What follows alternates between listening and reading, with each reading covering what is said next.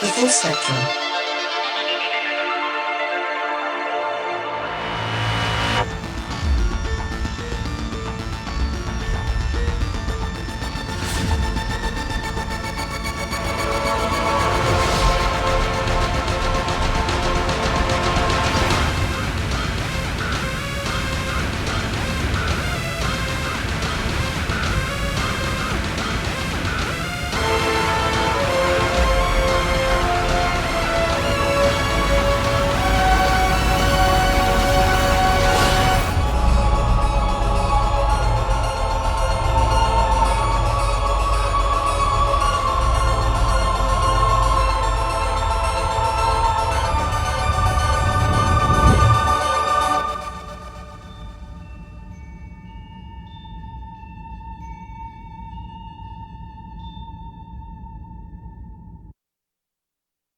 Hello, everybody, and welcome to another exciting episode of Roleplay for Verona at a totally weird and different time.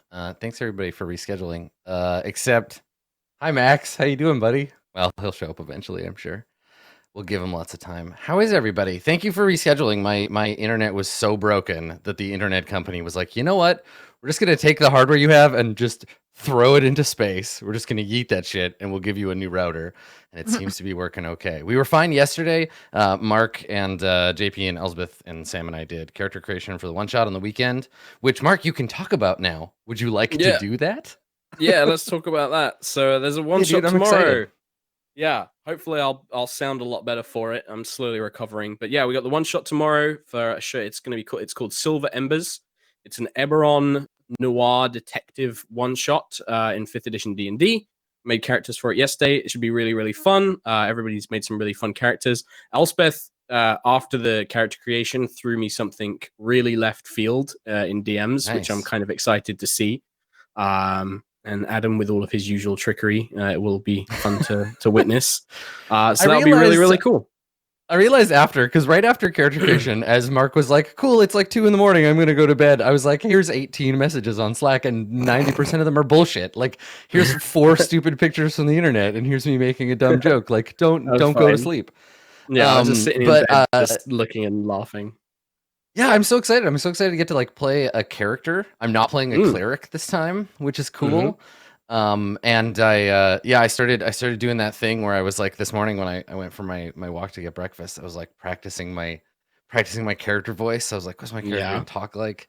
It's good. Nice. I don't like it's so rare to get to play characters. So it's, I know that feeling. So I'm glad. I'm gonna try and watch Chinatown like 4 times between now and the one shot. Yeah, I think Chinatown, Sin City, maybe like a little touch of Fifth Element maybe as well. Like there's going to be kind of a weird mangle of a bunch of different things. Somebody asked in chat, it's 3rd level, so not too high level, but they'll still have some fun stuff to play with, so it should be fun. When you said you were going to do a one shot and it was going to be 5e, I was like, ooh, big challenge. That's good. That's a good, because it's like if you're doing 1st level, the chances of the characters just dying partway through the one shot is like pretty high, and that can derail a one shot really hard. And then anything higher than 3rd, like if you do 5th, 4 hours is just not enough time to tell any kind of story with for sure. I mean, it's what I know best. Like it's what I run every week, and then it's what I've done. All my other one shots for like live shows and stuff have always been in 5e. So I think I've got a vague idea of like the pacing now, but we can always play around with stuff anyway. So if things go badly, then they go badly, but we'll have workarounds. But yeah, it should be really fun.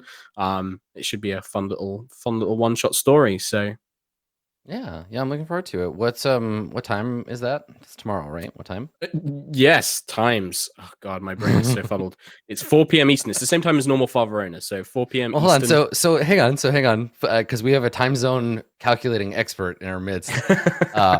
Bronze, 4 p.m. Eastern. What time is that in Pacific? 2 p.m. Pacific. I got you. Sure. I trust that. Yep. So just 2 p.m. Pacific GMT. Tomorrow. There you go. And you'll be good to go. Yeah, you're welcome. Oh, yeah, and then 9 p.m. GMT. You are. So what were you up to this morning, Bronze, before you realized suddenly that you had a role-playing game to rush to? That I didn't have an extra hour? Yeah. I was playing Resident Evil 2. Nice. Yeah, I watched a little bit of JP playing that. I'm excited to play it myself. How are you finding it? Are you enjoying it? I popped that shit on hardcore and I love it. Because I like the feeling of zombies not dying. I like I hate it, but I love it. I love when you put one through its head and it doesn't flinch. And you're just like, this is what fear feels like. This is good. Yeah. Fear is the mind killer. Like, it's a good feeling. Yeah. Yeah. And then you just, because I feel like in most games, you hit this point where you just like shoot everything, you know? But when you put Resident Evil has always been the game that gives you like 3 bullets and some deodorant and is like, all right, survive the apocalypse. And you're just like, what the? Do they also, here's a lighter. Does the remake still use the like limited saves thing, like where you pick up only if you put it on hardcore? Nice. Only if you put it, which is why, and to me, like not having the typewriter ribbons is not Resident Evil. So I can't. Yeah, like now I'm gonna have to play it. I always play games on normal because I'm not. I just don't. But I played a bunch of Resident Evil 2 as a kid, and I have these like very specific memories of it. And if that's the only way to do the ribbon thing, then I guess that's what I'm gonna do. Damn. It's just good though, because you hit a point where you avoid zombies, which is, in my opinion, how it should be. You know, like I feel like you should avoid them, not like I'm gonna kill everything. I'm just like, I'm not trying to make this police station safe for civilians. I'm trying to survive. Like, why would I clear every floor? That makes no sense. Why would I make all that noise? Like, you run around them. And I feel like you kind of don't have as much incentive to do that if you don't play on a difficulty where they shrug off the bullets and, you know, your saves are limited. I feel like that's important. The inventory space is killing me though. Like I want to gouge my eyeballs out and die. Are you finding the gameplay loop like fun, or is it one of those? Because I find when I crank the difficulty up on stuff, I'll get stuck in a like fight something, die until I get bored of doing it, or I'm like, I'm not improving. This is just frustrating. Or is it like more like a tension thing? Like it's, I don't know. Like, because that's the thing that I'm afraid of. Is like, okay, that's good. Yeah, I haven't hit that yet, but I have hit parts where because I'm so conservative with my typewriter tape, like, or my ribbons or whatever. Like, I'm so conservative with it. So I'll be like going for a while and then I'll hit a point where my inventory is full. Because you only have like, I think 8 spots. And one of those you've got a key in, another one you've probably got a first aid spray, and then you got your gun and a knife. And it's like, oh, that's right. There's like the weird alchemy system where you get the red herbs and the green herbs and you have to like mix the herbs. Yeah. Wow. And so I just don't have space. And then I'm sitting here like, do I backtrack? Do I throw something away? Do I go back to the safe room and drop things off? If I'm there, I might as well save. Do I want to use the typewriter ribbon? Have you? And it becomes the bronze conundrum. Have you ever played Torchbearer? The RPG? No. Tabletop RPG Torchbearer? Damn, you gotta play it. We gotta play it sometime. We should do a Torchbearer like thing, because it has the same kind of inventory system where like when you kit out your character, you have 2 hands, you got a head, you got something you can wear on your back, you got boots or whatever, and then the bags have their own slots. So you can be like, well, I've got a sword in one hand and I've got a 2-slot bag in the other, which means I can't have a shield, and my bag has rations in it, but now I got to pick up this treasure, and if I pick up the treasure, I got to put it somewhere, so I got to dump out my rations, or I guess I could drop my sword and I could carry the treasure and I don't have a weapon, and it's like, it's totally that, and it's really fun. It sounds like a nightmare to me because I am a hoarder. I need like Marie Kondo to come into my life and ask me, Bronze, do these 42 rocket launcher rounds bring you joy? Well, I might need them for the final fight. Right. They could. Does this elixir bring you joy? For the entire game. Okay. Do you really think you're going to use 42 on the last boss? I might. I just need her to come. I need the KonMari system to come in and be like, Bronze, let's talk about how much you conserve ammo. I was going to say, speaking of decluttering, either Marie Kondo has struck Anne's house or you've been robbed and all of your stuff is gone. I don't want to alarm you, but it seems like someone has been through your house and all of your stuff has disappeared. Are you okay? It's me. Do you need help? It's me robbing myself. I've been putting all my stuff into boxes. So I'm moving, I don't know, next week or the week after. So in order to make the process take as little time as possible and as little downtime for streaming as possible, I've just moved, or I've like already packed a lot of stuff. And I've started moving things over to the new house. And the Falcon was the one thing that was like really, I just wasn't sure how to move that without just breaking the entire thing in half, because the bottom of it is convex, like a bowl, Yes. you know? So when Yeah, you set yeah, it down, it doesn't sit flat. It does this where the whole top of it just bows. And yeah, so you can't, I was trying to put it in a box, but you have to like pad it with just, I don't know. So that was the challenge to move over. But I did that and I think it's fine. That's let's good. see. Man, so when you're packing up your stuff, are you a move purger? Like, do you throw stuff out when you move, or is it just like take everything I have now and move it to the other place and unpack it? Well, I'm doing kind of a weird thing where I'm moving to a place that I don't think I'm going to be staying at for very long. So I'm packing all of my stuff into boxes. I am numbering and labeling those boxes. I'm taking a photo of the inside of the box and making a spreadsheet of all of the things that are inside of that box. So then when I get to the new house, I'm going to unpack as little as possible. And if I need to get to anything, I know which box it's in because they're all numbered and in a spreadsheet. So this is what lawful neutral looks like, everybody. That's so impressive. That's so your good. organization and responsibility makes me sad. It makes me sad. It makes me feel bad about myself. Yeah. Well, so then I don't have to unpack like all the stuff, right? I just leave the boxes packed, and then when I move to the new house, they're already packed. So it makes total sense, but it also hurts me because you're very responsible. We've proven that just now. You're packing early, and 2, you have spreadsheets about what boxes.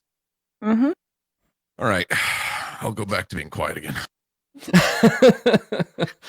Listen, I applaud Anne's competency in this matter. I think that's amazing because I definitely try to do shit like that when I move, where I'm like, okay, I'm gonna write on the box kind of what's in it, but I tend to get lazy after the first few boxes, and I'm just like chords and shit. I don't know, Super Nintendo games. I'm like, there's more to it than that, Adam. Yeah, I need. That's why you take a picture. It's just easy. Yeah, because then you can just look at all the pictures and be like, oh, that's what was in there. Yeah, kitchen bullshit. No. Cool. That's a good way to do. And that's seriously, that's what all the boxes that I still haven't unpacked that are like hidden in storage say on them. And I'm like, I don't know, maybe. And then I'll go looking for something and I have no idea where it is. But yeah, well, we can all try to be more like Anne. So you're moving in a little while, and then it's going to be like temporary space. How do you feel about that? Is that like anxiety inducing for you, or are you just like fine with it? Because I know when I can't unpack, like when I get home from a trip, I'm like, I just have to put everything where it's supposed to be. Even if I'm exhausted, I'm like, I can't have like a bag with shit in it still. So I can't imagine like being in that liminal space. Or is it just another example of like adaptive Anne? I think, well, like it's, when you're unpacking after a trip, I always unpack after my trip, like right away. Yeah. But that's all stuff that I like use every day usually, or like, it's all like my favorite clothing and stuff like that. A lot of the stuff that I know that I'm not going to need to unpack are things that are like knickknacks and books and stuff that I can live without having on shelves, or if I, and if I need to get to them, I know where they are. So I'm okay with that. I've moved almost once a year for the past 10 years. Oh so my moving, God, no. Yeah. So moving. What kind of awful person were you in your past life that you were being punished this way? Wow, it's so much moving. So so that's just another thing. What is really the challenge is when you're a streamer and then you have to move that much. Oh boy. Because I have to break down all of this stuff and then, build it all up again like the next day, and then I don't know. So we'll see. Yeah. But it's just kind of one of those things that like had to be done. So yeah, welcome to spending the first 2 weeks of any new place working out audio issues. It worked before. It's all plugged into the same place. Doesn't work now. God knows why. Like same cables. Everything is exactly the same. You definitely made sure to screenshot all that shit. But nope, now for some reason there's noise on the line. Yep. Well, I wish you good luck in your move. I hate moving, and I will like cling to a place, even a crappy place, to the death because I hate it so much. So I feel you.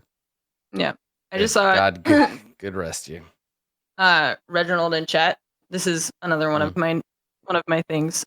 Is he said future Anne appreciates past Anne or present Anne, and that's my thing is that you have there's 3 yous. There's past you, present you, and future you. And present you needs to do things for future you, so that new present can appreciate the past you. Does that make sense? Right. So you don't hate yourself. Yeah. So like I did all of this You're in onto advance, so that in the future it's less work for me. Yeah.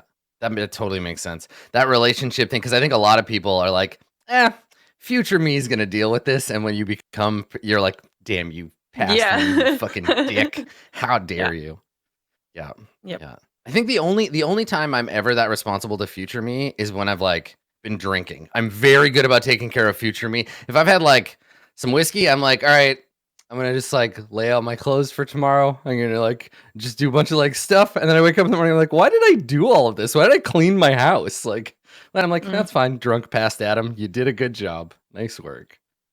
Yeah, I'm the kind of drunk that bakes a cake while drunk, and then in the morning is like, Nice. oh, I have cake. Great. Like, fuck yeah, cake. Yep. Yeah.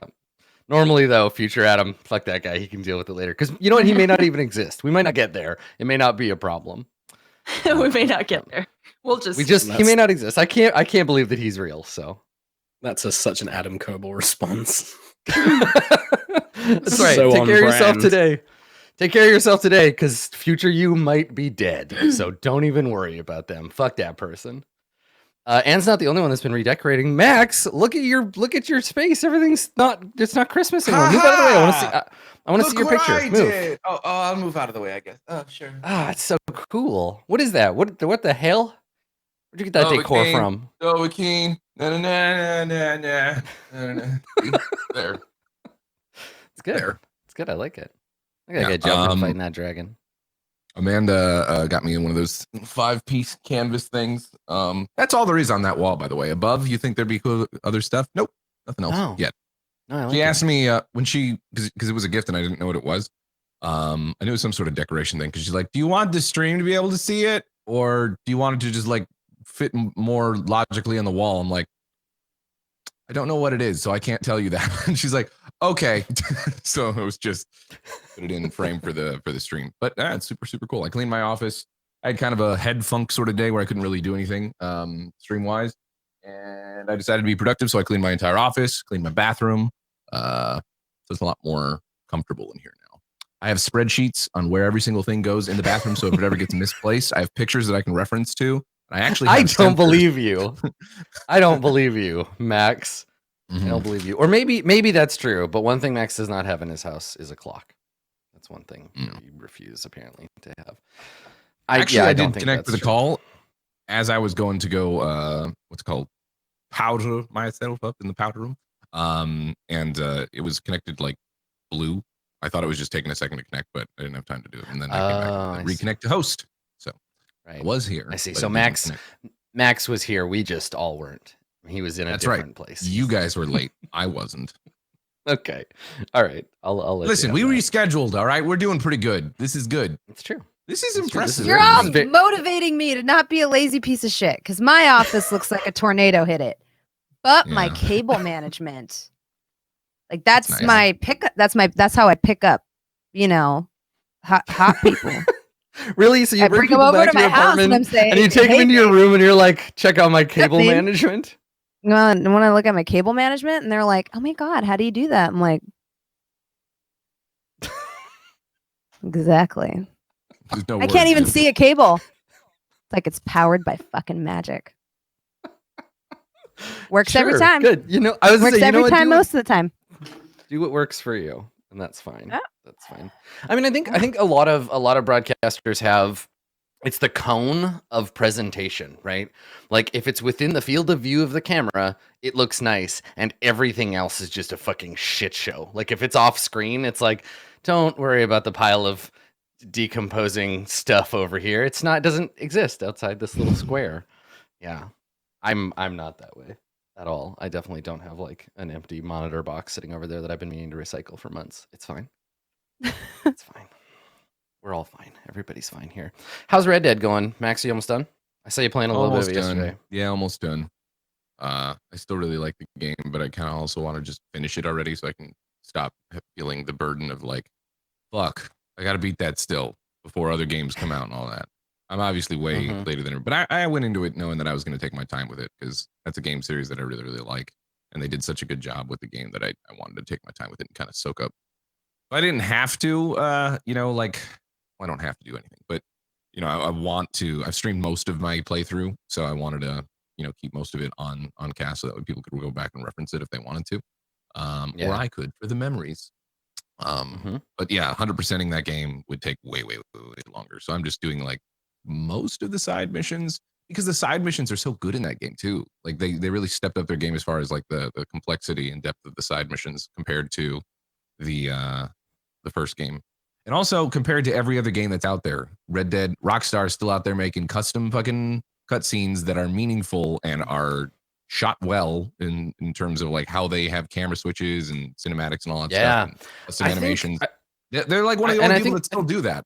I think we've talked about this before.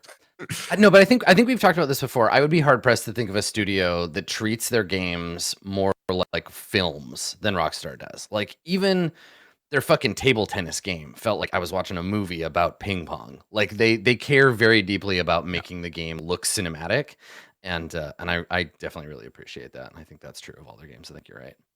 Yep. Yeah. That's cool.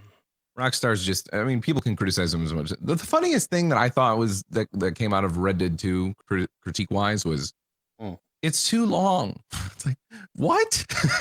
This game took forever to come out and you're just like, it's too long. I don't want to play it anymore. Fuck you, dude. We're not getting another one for another, like, however many years. I thought the criticism was that it was too slow, which is different than too long. I was going to say that. A lot of people saying the pacing long, is like, until chapter 4, the pacing in that game is atrocious. It's just like, there's no development in any of the characters until you hit like a certain point. And then you realize, this girl who's in my caravan, after 40 hours, I just now feel like I know you. But I feel like that's also the burden of having so many different characters, right? They do have a lot of people. It's a large camp. So it is, you'd be hard pressed to think to find people that are able to balance like that storytelling, progression, and arc and all that stuff combined with all the crazy shit that you're going to get involved with in the map just because it's there. You know what I mean? That's one of the biggest things that slows down, I think, the game overall, is that people just, there's so much shit for you to run into that you're very you're kind of slowed down to do the crit story stuff. What were you gonna say? I was gonna say it's like in Game of Thrones when you're like, I haven't seen Daenerys in like 4 episodes because there's just like 12 other storylines that they're trying to explore at the same time. People. I'm not trying to say the game's flawless, but there were a bunch of people that were complaining it was too long. I'm like, no, I don't think so. I can admit too that there's a little, it takes a little bit to kind of get the shit going. That's also kind of how it was in Red Dead 1 a bit too. It took, like, how long did it take to get to Mexico? You know what I mean? And you're like, oh, okay, now shit's starting to pop off a bit more, you know? But overall, I think that game is really, really good. And thus, I have taken my time with it. Pacing's really hard to do in video games, I think, because you want to keep people moving towards a particular thing, but you don't want them to feel the counter criticism is that they feel like they're being railroaded. Like it's linear and you have to do these things in this order, and people respond negatively to that too. I mean, I have nothing but sympathy for people who make games because you cannot win. Like no matter what you do, someone will be like, this game is too long. This game is too short. The game is too medium. The pacing's too fast. It's too slow. And you'll get, like you'll just have people talking shit about whatever you do, no matter what you do. Like you could make the fucking Maltese Falcon of games and people would be like, it's too black and white. And it's like, just climb up your own ass, people who make these comments about games. It's hard to make games. And so I think, like you said, Max, the thing to do is just like accept that it's not perfect and love the shit that you love and be like, well, you know, nothing's gonna be exactly right. So you just gotta. I always say gamers don't deserve good games because we don't. I think that's true in a lot of cases. Kind of true, actually. The same company will like keep a consistency, and people are like, oh, they haven't changed this game in forever. It's the same. And then a game like Resident Evil will completely change the formula with Resident Evil 7. People are like, the first person Resident Evil game. It's not even Resident Evil. I'm like, what do you want? What do you want? What do you want? What exactly? They do the same you make thing, the fucking game. They do something new, you're upset. What do you want? People are the worst. It's true. It's true. You want Resident Evil 1? Go play Resident Evil 1. That game exists. The problem, I think the real problem is that people go out buying games or movies or books or TV shows or whatever, expecting that these things will make them happy. But they have to realize that happiness is an illusion. Video games will not make you happy. Nothing will. You just have to deal with what you've got and shut the fuck up about it. Play the game with the zombies. If it's too long, stop fucking playing it. All right? Go eat a hamburger. Jesus. Yeah. Yeah. It's the worst. Well, let's play a role-playing game. And then afterwards, people can complain about there was either too much role-playing or not enough role-playing in our role-playing game. Too much space. Not enough space. That's right. More space combat, less space combat. Fight something. Don't fight things. Who All right. hasn't done Bronze anything? wasn't She's just talking always enough in the grumpy. scenes that she wasn't in. Okay. Like, Yeah. Everyone looked bored except when they were interrupting each other to talk. Nobody wanted to participate, but everybody was talking at the same time. Yeah. Yeah, that's right. Oh, Yeah. Also, yeah, that's okay. Now everybody who was going to complain about the pre-show, it's over. Okay, we're done. It's too much pre-show. And everybody who wants more pre-show, yeah, go watch Drop Frames. All right, it's all pre-show. You don't have to worry about that shit. They don't even play role-playing games. I had a note here about Level up! Yeah, about Booker leveling up. So. Shall we give you some hit points there, Big BB? Yeah. Did you do your hit points already, or do we got to do that for you? No, I haven't done that. I saved it for the show. Okay, let's do it. So what level are you now? Waiting for the thing to load. I want to say 5. 5, yeah. I think you're level 5. Yeah. Level 5. All right. So that means you're going to be rolling all of your dice again. Whoa. What's your constitution bonus? Constitution modifier is 0, apparently. Okay, but you have the feat that gives you 2 extra hit points per die, right? Yes. Yeah. Okay. All right. So let me. Yeah, the warrior expert thing. Yeah. Yeah, you took a focus for that. Yeah. Yeah, Max. Okay, so that gives you. It's +4. Yeah, because right, because you're a warrior and you have the fucking focus. thing. Yeah. Yeah. Look at that big boy. All right. Okay. I'm super. I Mark Good. remembers things about my character and this specificity. I'm a DM, about Max. it that I can't don't. help it. I learn everybody's character. Yes. No, it's good. It's helpful. Okay. All right. Well, let's see. It's a D8, I think, or is it D6 for partials? Let me look. Choose a new focus. again. No, I want to be a tank. I want to be hard to kill, always. It's 1d6. Okay. All right. So you're gonna roll 1d6 +4 5 times. Okay. And I'm gonna make a note. What is your current hit point? It's already pretty Current beefy. hit point value? 32 Yeah. and 32. Okay. So you 26 have 32 plus hit points. 4. 32 hit Okay. points. currently. 1d6 +4 and do it 5 times. Go. You can do them one at a time. 6. So we'll add them up as we go. 'Cause that's At what- 1d6 plus 4. Okay. All right. That's one. Do it again. Okay. 8, 6. Okay. Plus another 6. Okay. Pretty good. That's enjoying the not sound as effects? good. Okay. All right. One more. They're great. Oh my god! All right. Only 1s and 2s. So 10, 22. Okay. So you stay at 32 because you got 30. That's fine. so That's you- fine with me. Okay. All right. Opportunity wasted. But we already have some You pretty say you're- beefy HP. So You say you're level 5, Max? 5. Yep. Because I think you get a new focus as well, right? At level 5. And your combat Attack bonus, your yeah. combat bonus. Oh yeah, that's right. Your hit points. Sorry, you go up by 1 as like a. No matter what, you have 33 Pity. hit points, Max. Aha. Pity point. Pity You hit get 1 pity HP, and take it. yeah, you get your 5th level focus, and I think your attack bonus goes up by 1. Yeah, it does. He's a partial warrior, right? Yeah, that's right. Yes.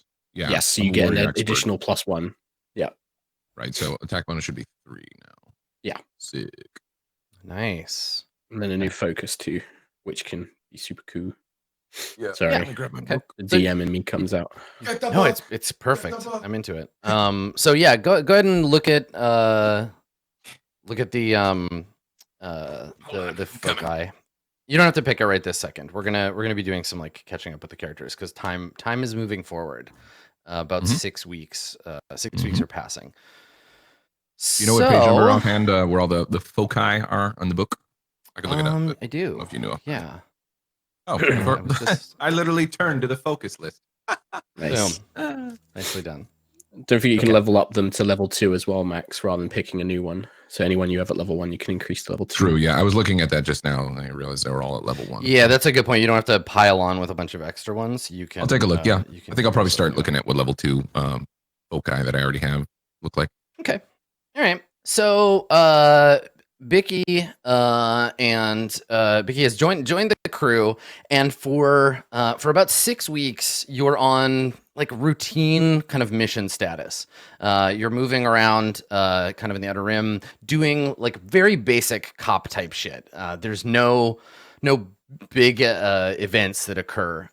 So during that time, I wanted to give everybody an opportunity to have like a scene. Like if there was something that you wanted to show happening during that period, I wanted to take a minute at the beginning and do that. So we'll catch up with the characters again. We'll kind of cut back into real time at the end of May 3200, but in between mid-April and late May, what are you guys up to? I want to do a short scene. It can include another PC. It can include an NPC or two. I want to give you a chance to kind of pursue your own agenda during that time. So does anybody have ideas for what they want to do? Is there something that your characters want to get up to? I think for Gabriel, the main thing that he would be doing would be trying to complete his murder pinboard of trying to figure out who was connected between Trillian and the High Church, and then maybe trying to make additional connections between High Church members and maybe some of the other dodgy stuff that's going on now that he's starting to learn about Acre and House Valar and stuff like that, seeing if there's any additional connections there.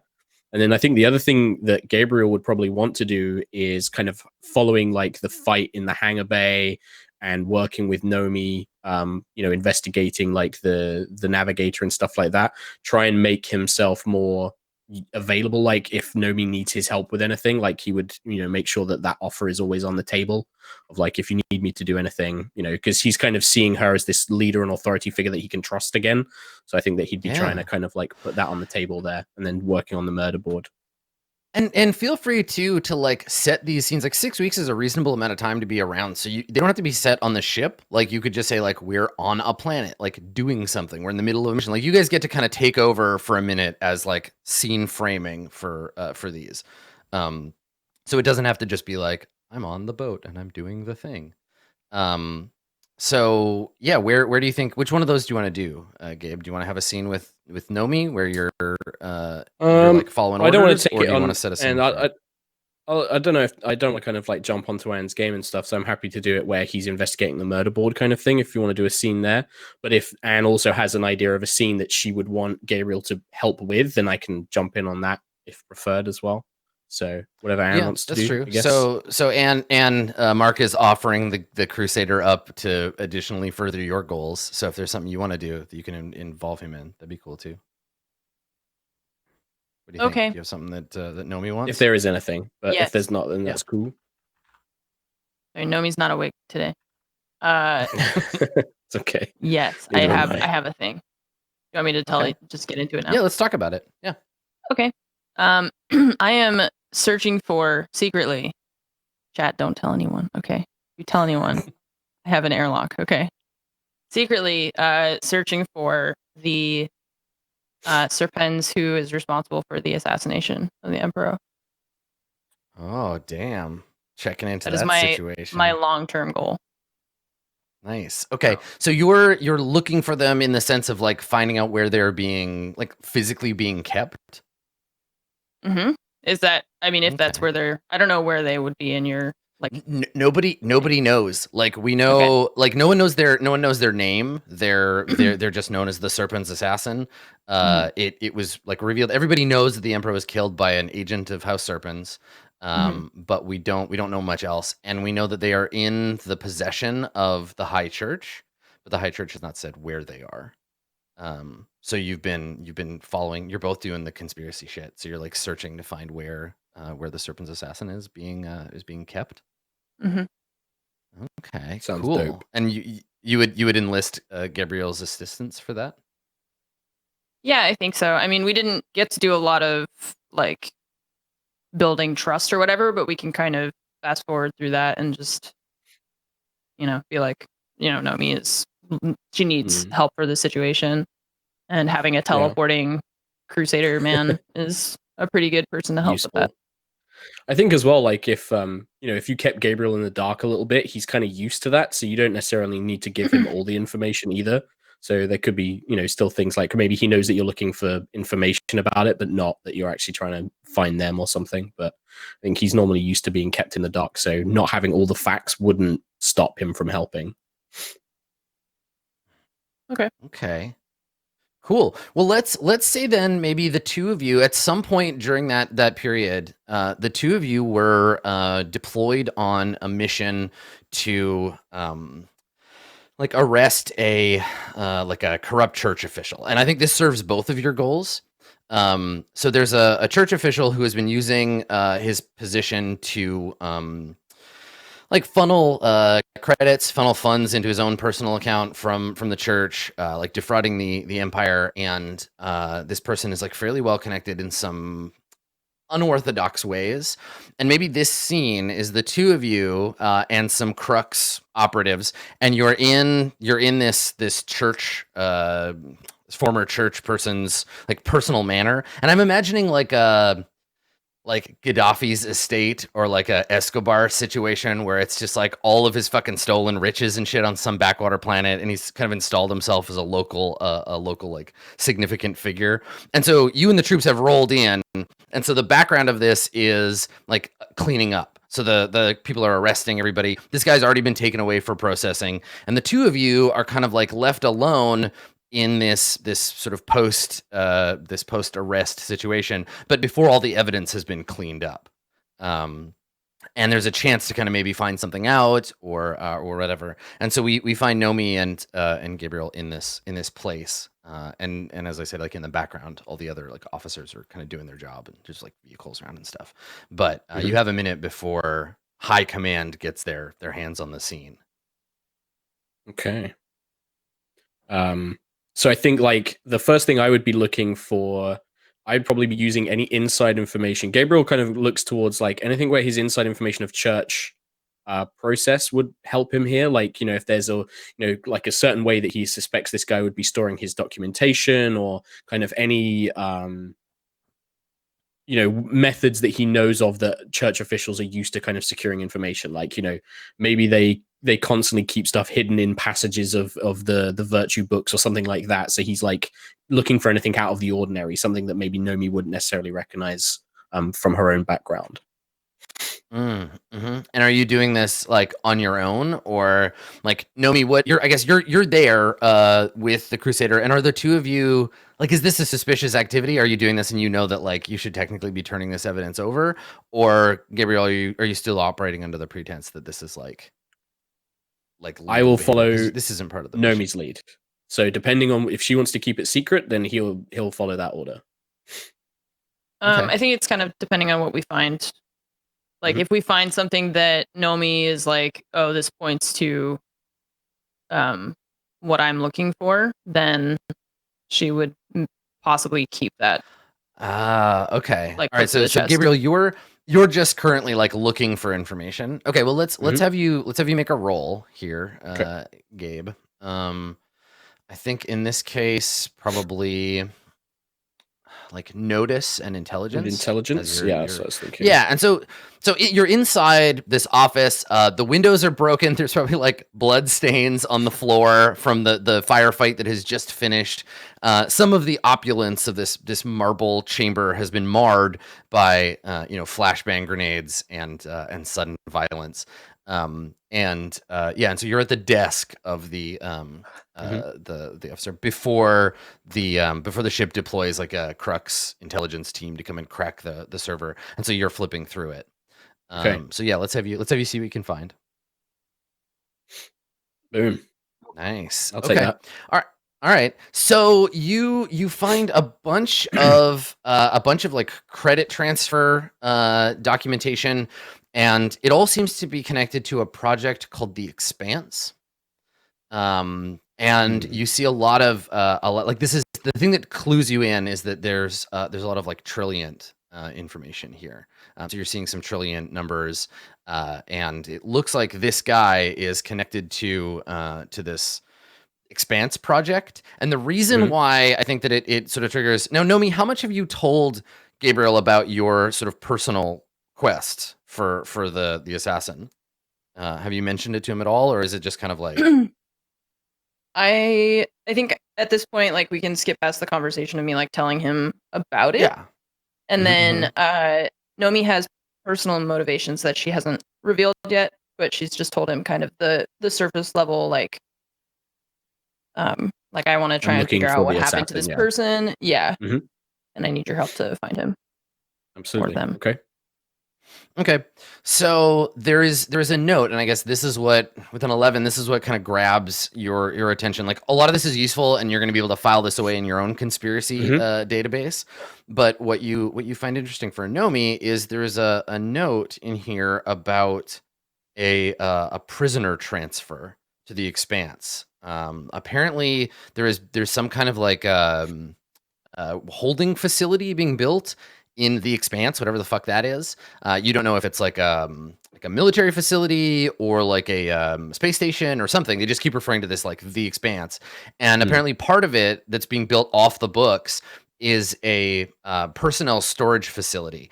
And there's some discussion about a time window, like a window for transferring the prisoner to the Expanse. Okay. So I'll quickly look up. I look around. Do we have any Crocs personnel nearby, or is it just me and Nomi in this room for now? So Nomi, you see Gabriel look up and like glance around suspiciously. No, this is the thing, is it's very clear that the two of you are alone. But yeah, Gabe, you have a good reason to look around, because if Yancey or the Richter were here, they would be like, "Did you find something interesting, Crusader?" Okay. I'll look over and just kind of, Sirius, I think I found something that is of useful to both of us. There's files here mentioning, as suspected, this particular church official had connections with Trilliant. They were working on a project called The Expanse. They mentioned something of a prisoner transfer, some sort of prisoner holding in the Expanse, whatever that happens to be, some sort of complex or area, I'm not quite sure. There's a specific time window, and it's just the solitary prisoner. That's something unusual. I would have imagined something like this, they'd be talking about dozens if it was a regular transfer. The fact that the church is involved in a prisoner transfer as well is... Right. The church doesn't traditionally have prisoners. Doesn't do this, yeah. So, yeah. Everyone knows that they do, but most people wouldn't know that they do. Yeah. Sorry, that's what I mean. They don't traditionally have prisoners. Yeah, it's but I mean this more in that this is a single prisoner, right? The notes indicate that this is a one-person transfer, as opposed to we've got a shuttle full of heretics that we're cutting off. This is a single person. Okay. I think that this is obviously very relevant to your own interests, and certainly indicates that there is a connection, perhaps, between what happened in Trilliant. Very interesting indeed. A thread that we'll have to continue pulling at a later time. For now, let's make sure that we... I was just going to say, for now, let's make sure that we grab all of the information that we can, so that we can examine it more thoroughly later, in private. Of course. Absolutely. This does mention a particular time window. We should keep a close eye on this. And then I guess, like, with Nomi's help, we'll take the data and secure it on a private drive, something that we can keep to ourselves. All right. And so the question I have then with that information, once you've like copied it, do you leave it on the server for the Crux intelligence team to find, or do you delete it? I'm not particularly skilled at computer hacking. It would be convenient if we could erase this particular information, but keep some of the other information so they don't suspect something, but I'm afraid I'm not skilled enough. Do you think that we should leave it or remove it entirely? After all, these church officials can be tricky at destroying electronical evidence. Yeah, this system. So just as I was saying, so this system was built for like fast erasure of data. Because this guy who recently was in this room trying to protect this very server full of his dirty secrets. He set it up so that he could have like a kill switch on the data. So for you, even though you're not a supreme computer hacker, all you have to do is just like click the stuff you don't want to exist anymore and just drag it to the old shredder, and you won't have to. It'll be gone. The team won't find it. I just look at Nomi. Okay. Yeah, I'm trying to like decide if there's any reason to like prevent Crux from knowing about that. Like, well, I mean, if Crux, it depends on how much you trust the House of Crux, right? Like, if they get a hold of it, they will use this information for their own benefit, not for House Serpents, not for you, not for anyone else. It will benefit them. So that being said, if anybody is part of this conspiracy, it's Crux, right? Because there's the whole idea of like the Serpent's assassin did what they had to do because House Crux asked them to, or like there's a lot of mythology surrounding the assassin and why they killed the Emperor. But like if you put this in Crux's hands, they may already know this information. It's a nebulous situation one way or another. Okay, I want to delete specifically the information about prisoner transfer and the Expanse. Okay. And then just leave whatever else was on there that doesn't relate to that. Okay. So I kind of glance around, make sure no one's watching, and like reach across the keyboard and just tap the button or whatever. Mm-hmm. We'll just step to the side. Okay. And just give Nomi a solid nod. Boop. And we just see that sub block, the stuff that you copied, disappear. So now the only copy of that information is on like how do you store it, Gabriel? What is, because this has just suddenly become like a MacGuffin, right? It's an object representing a piece of information. What is it? Is it like, would it be unreasonable that because of the work that I used to do, being in the Seventh Siblings and things, like having like a really hard encrypted drive, like a portable, physical drive, not a wireless kind of thing, like it's a, like an old school, yeah. I think that's fine, like some kind of hardened data storage object. And plus you've been handling like sensitive information lately as part of your hunt for the conspirators. So I keep it on that, which is then maybe kind of like connected, part of like just for extra filmatic flair, it's like connecting into the binding of the book, the black virtues book that I keep, like it slides in and out of that. And I just show Nomi, I show her where I'm storing it so she knows. Okay. All right. So you have a moment. Is there anything that the two of you, like, is there anything either of you have to say to the other before the team arrives? I'm going to give you a beat. But if there isn't anything, then the intelligence team will just come in and be like, hey, we're here to take care of the computer. I probably would look at Nomi for a second, because obviously she's explained what we're doing, and now that there's this connection, I don't know the reason behind it. So I'd probably kind of look at Nomi and just take a brief beat where I kind of look and say, I've always been worried that Trilliant and the church were connected, but they might be connected to this Serpens. Is there a reason that you want to find this out, Cirrus? I'm sure you want to explain the full details to me, but this is a viper's nest, quite literally. I'm more than happy to dive into it if it can yield some answers, but I am concerned.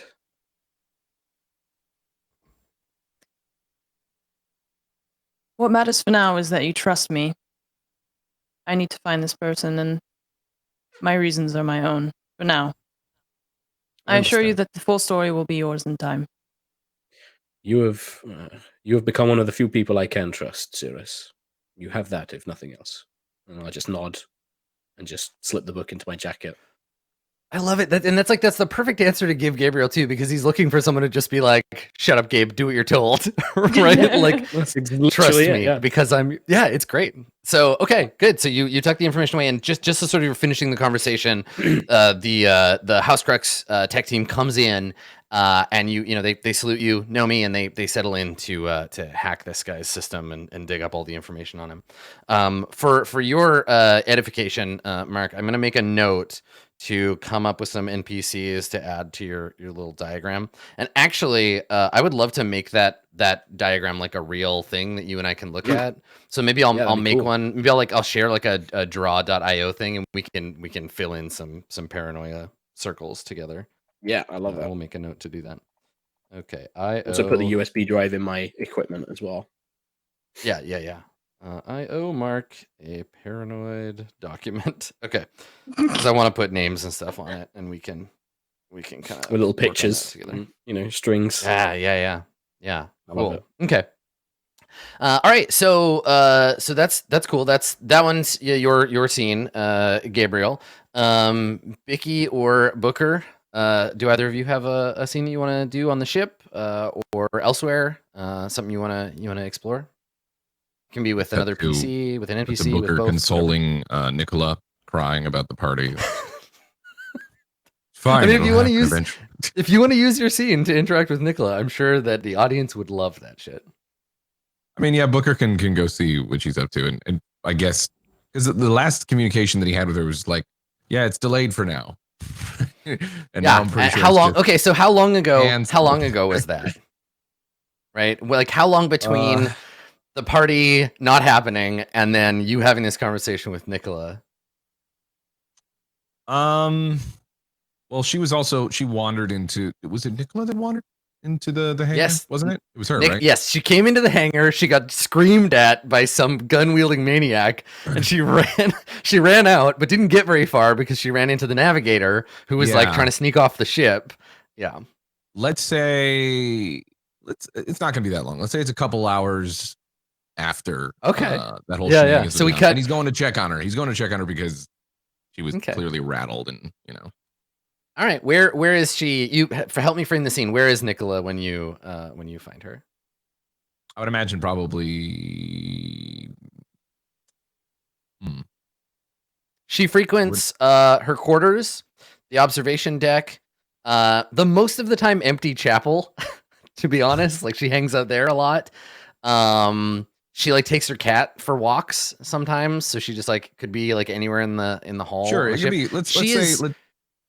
She's a cultural attaché on a police like interdictor and has no real job, so she's often looking for things to do. Right.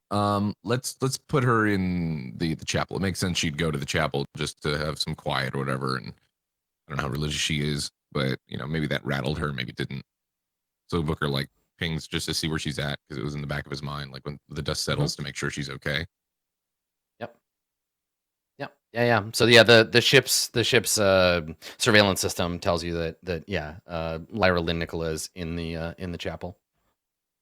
Yeah, Booker proceeds there and walks in.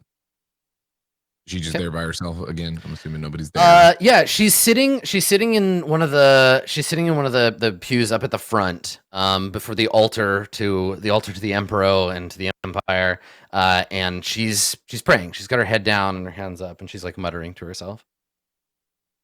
Booker like waits a beat to see if she finishes, but if she keeps going, then she's like, are you listening? Yeah. What's she saying? You're neat. What mutterings, Adam? She is talking rather informally to God. This isn't she's not reciting one of the scriptures or litanies or anything. She's just like, like, all I'm asking for is just something to do, some sort of purpose. Everything is so scary, and I feel like I don't belong here. I keep trying, but it seems like everything I do is the wrong thing. And I don't understand why you or the house or the Empire put me here, but I just want to do some good. I felt so strange pointing that gun at that woman, but everybody seems to think that it was helpful. But I'm an artist, oh Lord, and I just don't understand your plans for. And there's that moment where she hesitates, where you sense that she senses that she's not alone. Do you say something, or do you let her realize that she's in the room with somebody and gets embarrassed? No. Booker speaks up. He's like, Oh, don't let me keep you. You want to finish your prayer? Yeah, she God. turns around and she looks at you, and she's dressed like more like formally than she was. I mean, the last time you saw her, she was dressed for like a party.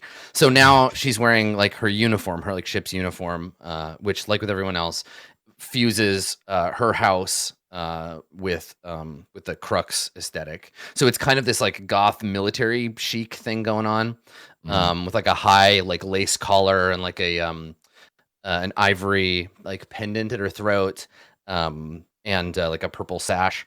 And she looks over at you and kind of like quirks an eyebrow and shakes her head, and she says, "No, no, I'm done."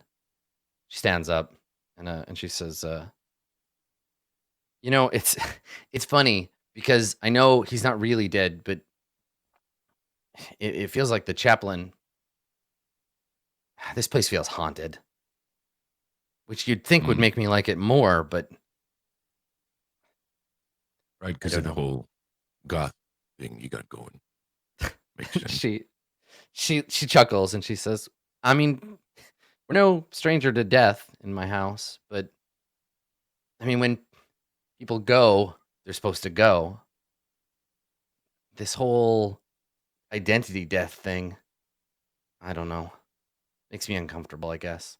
And you hear like from one of the pews, you just hear like, "Meow," and she like looks over and she's like, "Did you want?" And she gestures at the altar, like, "Do you want me to leave you alone so you can pray?" No, I mean, sometimes I come. Doesn't matter.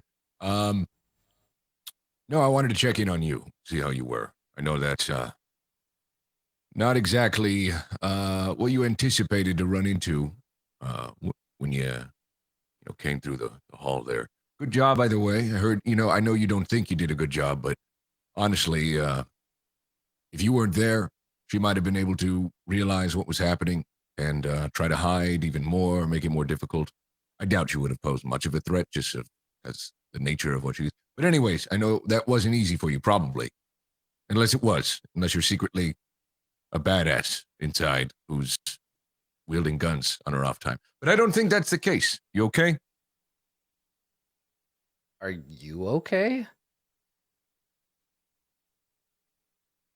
Nicola, look at me. Of course I'm okay. She just kind of stares at you and like nods, like, "Uh-huh." I heard. Booker's like staring back, is like, "You sure you're okay?" It's like I heard things got kind of heated in the hangar bay. What with the Acre Marines and everything. Oh yeah. How are you feeling? How are you feeling about that? It was actually kind of fun. I got to be in a mech, but I'm just glad no one got seriously hurt or killed. Definitely was a little bit of a surprise, but you adapt. You learn to adapt over time to these kind of scenarios. Could have been a lot worse. She nods. It's not your first time doing something like that, is it? And she sits back down and she kind of like pats the bench next to her, like, "Come sit down." Oh, she pats the bench for me? Yeah, she's like, "Come, yeah, sure, sit down here." Down. Okay. There's nothing going on right now. She's like, "Yeah, whatever." Yeah, in the background. So in the background, we can hear the whole room is like the two of you are a contrast color palette wise because you're wearing the sort of black and purple of the ship, and the room is lit with this like almost kind of artificial candlelight. There's a golden kind of glow to the church, and it's all out of focus in the background, but it makes the two of you kind of stand out very distinctly. And you can hear kind of faint music, like their bells in the background. Yeah, Nicola is looking. She has a concerned look on her face while you speak to her. Yeah. And so, anyways, go ahead. Nice. It sounds like, oh yeah. I mean, not specifically a mech in a hangar. Not specifically that, but yeah, sorts of things like that. This one time, I blasted down a giant branch of this tree to just fall right on another car coming in. I timed it just perfectly, too. It was one of those types of things. Not the same, but these things, they pop up. You just kind of react to it, and sometimes it goes well, and, well, other times it doesn't. That mech that you were in, that was Cecilia's, right? Yeah, I actually really hadn't thought about that too much, but I guess it was hers. She'd be pissed that I banged it up. The two of you are close. Are you worried about her being on Dio Mikado? I mean, obviously, you can handle yourselves against these Acre folks, but do you think about her?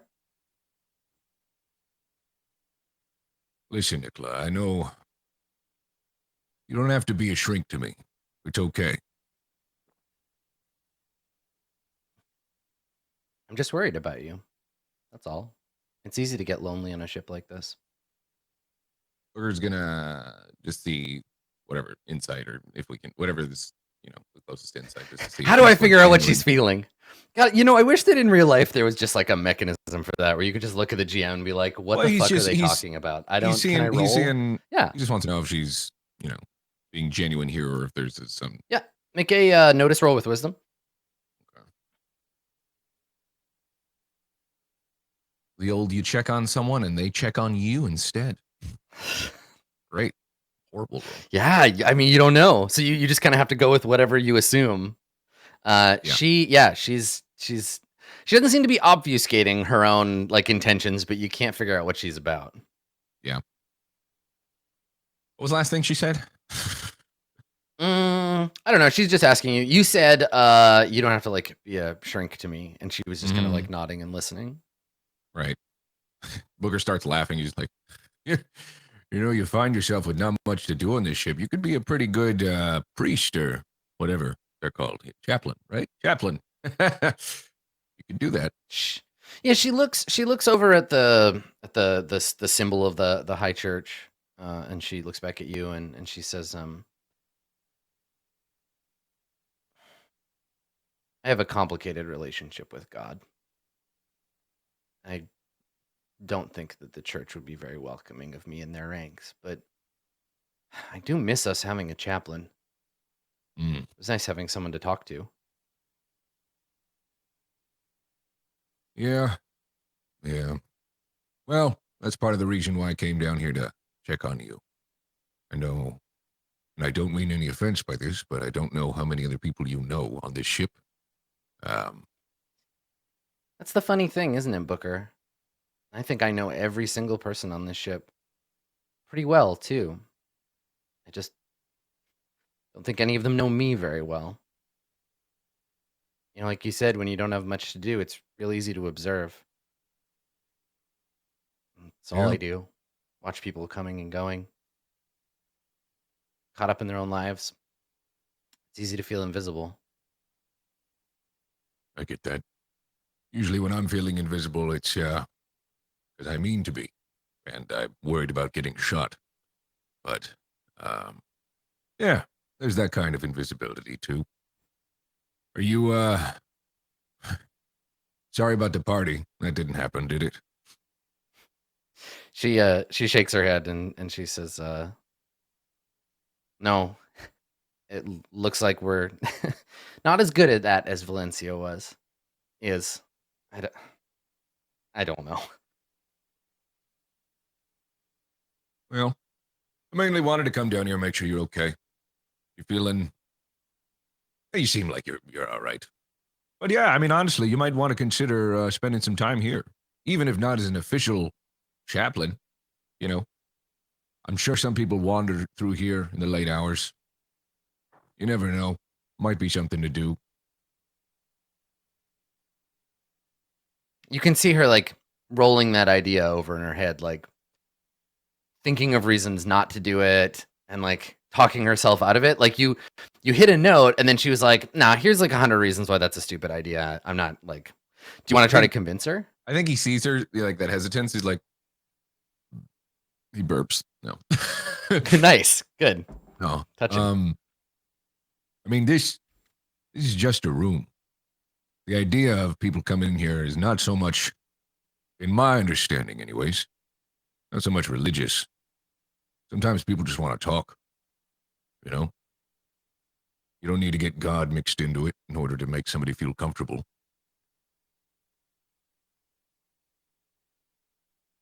Oh my God, you're like inventing a ship's counselor. Yeah, make a talk roll with charisma. You're going to be Marina Sirtis now, Nicola, okay? Right? And she like, I hadn't thought about this, but that's like it's a good direction to push Nicola in. Like, hey, maybe sometimes people just need to talk about shit. Hey. Make a leader. Make a talk roll. Good. And good he leadership, successfully Booker. deflected that conversation about feeling. Yeah, right. And now it's not a conversation about him. Ironically, she'll have to get better at that. Yeah. What did you want me to do? Charisma and talk. Yeah. Charisma and yeah. Let's see what you get. Please make a good roll. Yeah. Okay. All right. So I'm gonna make a note. So you've planted the seed that maybe people in the ship need someone to talk to. But she's maybe not certain yet. But a 7 is a success. So okay. So all right.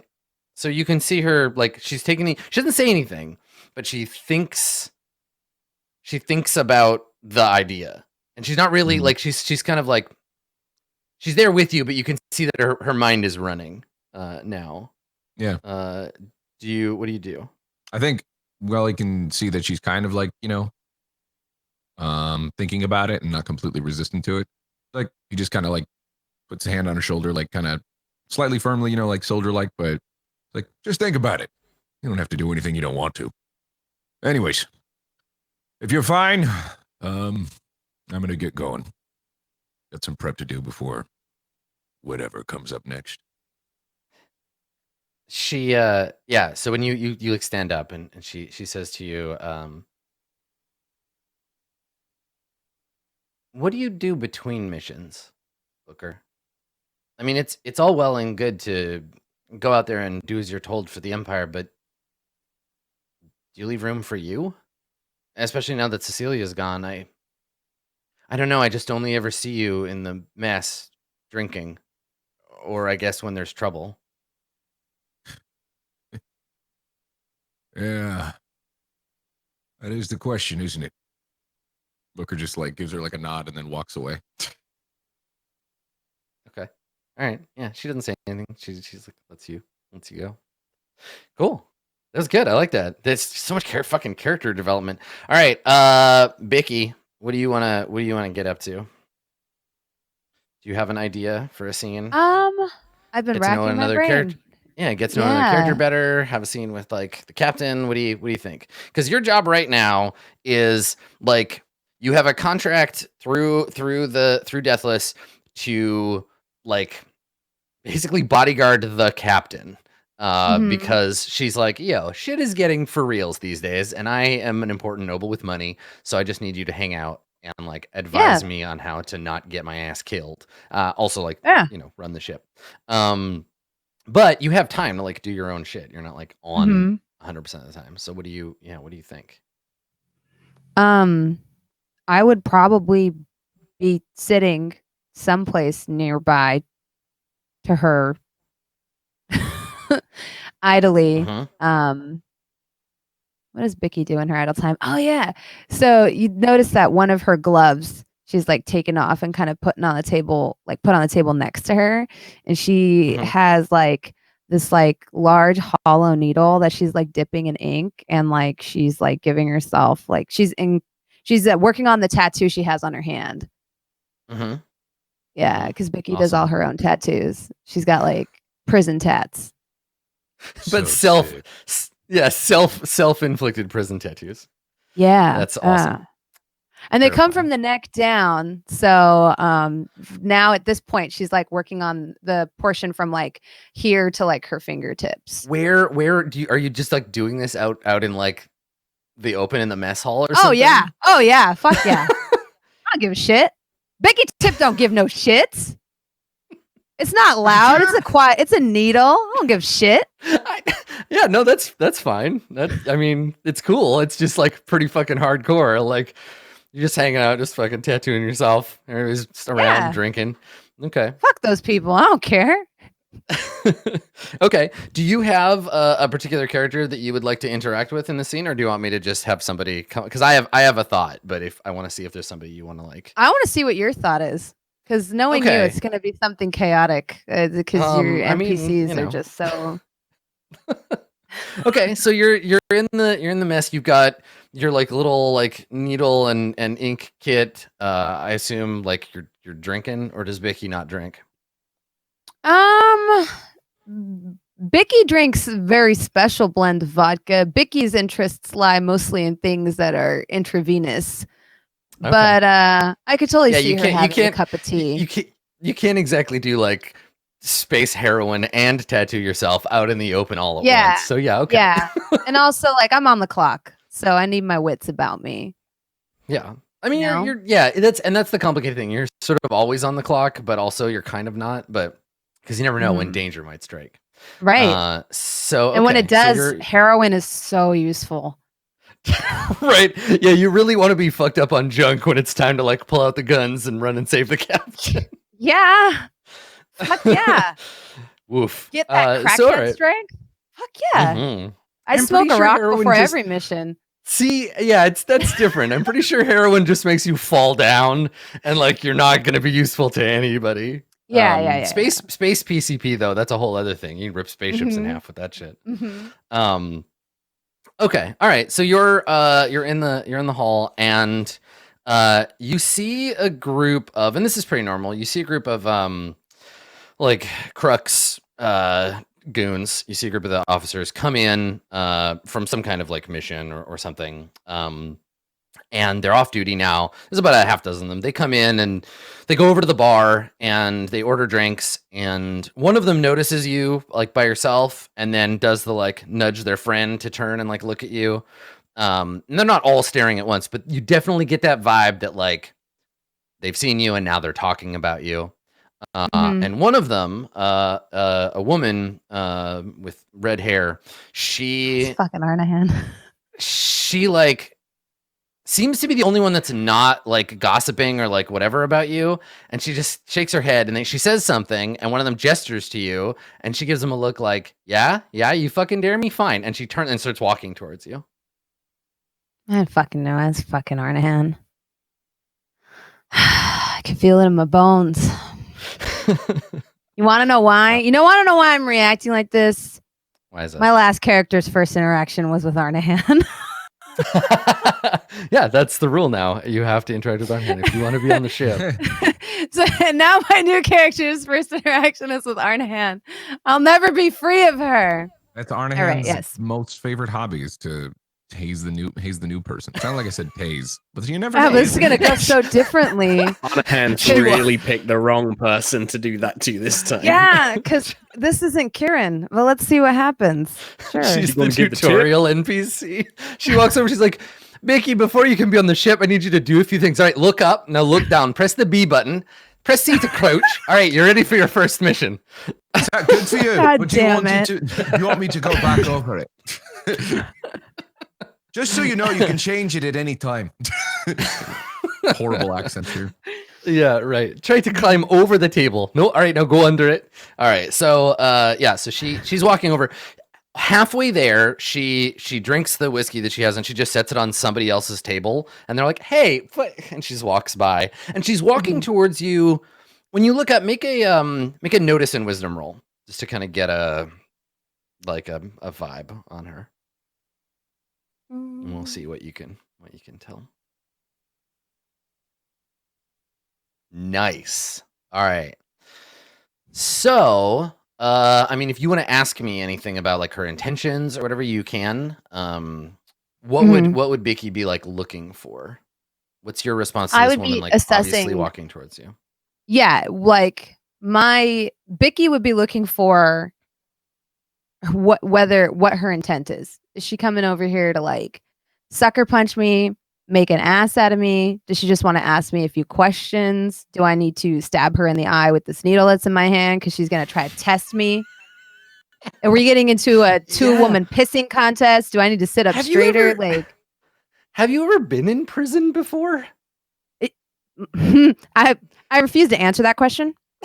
But I mean, your personnel records are locked at the death list level. Like, you're an asset. The House Crux would not know that because, like, there's part of joining the death list is you have that option to, like, you know, give them your past and be like, cool, I've died and become deathless. Like, my past life doesn't matter. But you know, I'm just wondering if there's like prison flashbacks of somebody coming to like shiv you or whatever. Y'all don't need to know that. I know that. Okay, I know. Sure. It's fine. But I know how dominance works. Like, it's one of those things where you gotta beat somebody's ass on the first day to establish that you don't put up with shit. So Bicky would be looking for, do I need to beat this bitch's ass so that these people realize I'm not to be fucked with? It might go that way. Sometimes it'd be like that, but you're not. She doesn't like have her hand behind her back. She's not reaching for a shiv. You don't see like she's armed, but also you're on a ship full of space cops, so like they all have guns all the time. But it doesn't look like she's made that choice yet. What's her posture like? Is she intimidated? Is she scared? Was that drink for courage? The drink was so that she had her hands free in case it go that way. But she is she's leading she's like leading with her sternum a little bit and trying to make herself seem a little bit bigger, though whether that's for your benefit or for the goons that are now all watching her or for her own benefit, she doesn't know. I think with a 12 you can tell she has not made the decision what this conversation is going to be like. This woman seems impulsive. She didn't make a plan before she initiated the action. Okay. All right. Yeah. That's good. So when she walks up to your table, what are you doing? Are you ignoring her? Have you turned to look at her? What is your response? I'm going to probably I guess take the needle and kind of wipe it off on a clean surface that I have with me and put it back into its little ink well receptacle and just fold my hands and look up at her but lean back. And she walks over and she looks down at what you're doing and she says, you know, the doctor's got facilities where he can do that for you. You don't have to do it out here in the filthy open. You got little beads of blood on your skin from where you were. Mm-hmm. Yeah. Last time I saw you, your guts were out in the filthy open, but I wasn't complaining. And she grins and she says, just another day in the Corps. Hey, if I could count the times my guts have been out in the open, well. She shrugs. You get used to it. Yeah, it looks like you made a good recovery. Yeah, and she looks at you and she says, you look like you know your way around the fight. Or at least you want it to look like you know your way around a fight. Honey, I get paid to know my way around a fight. You're the captain's new dog. Is that right? Sure. It's a little bit above your pay grade, don't you think? She says, well, I do what I do out of loyalty to the Empire. Don't need to get paid to punish our enemies. I'm not a mercenary. Does that make you feel better about the shit you get paid? Does it make you feel better about being a peasant under the boot heel of somebody else? Whatever helps you sleep at night, sweetie. Are you trying to make her mad? No. I'm just... Okay. She probably will get mad because she's Arnahan. I just want to know what your intent is. If you're trying to piss her off. It's more dismissive. It's almost like the we all got to eat type of thing, or we all got to do what we got to do type of thing. You do you and I'm going to do me. And yeah, okay. So she says, well, God's got a plan for us all. God's plan for me is taking shots and cracking skulls. Me and the boys have just come back from a mission. Some misbehaving church boy. But you haven't seen action in a while, have you? Sitting pretty up here on the ship. At this, You miss Vicky's it. gonna smile. She's gonna fucking Yeah. smile. Yeah, Arnahan, so she if I says, didn't know any better, I'd think that you're hitting on me. so she takes like a half step back. Like she doesn't physically move, but she like moves back a little bit. And she says, all right, lass, if I was hitting on you, you'd know it. Would I? You spit about as much game as that awkward Lyran from earlier. Yeah, we Nicola. Well, let's have you not talk shit about her. It's a soft I thing, wasn't but talking shit. she's Just one of the stating crew, facts. which is more than I can say for you so far. One firefight doesn't make you one of us. I said I wanted to be one of you. Well, you're getting paid to be, aren't you? I'm getting paid to do a very specific job for a very specific person. I have a different family. One that spans many people across the galaxy.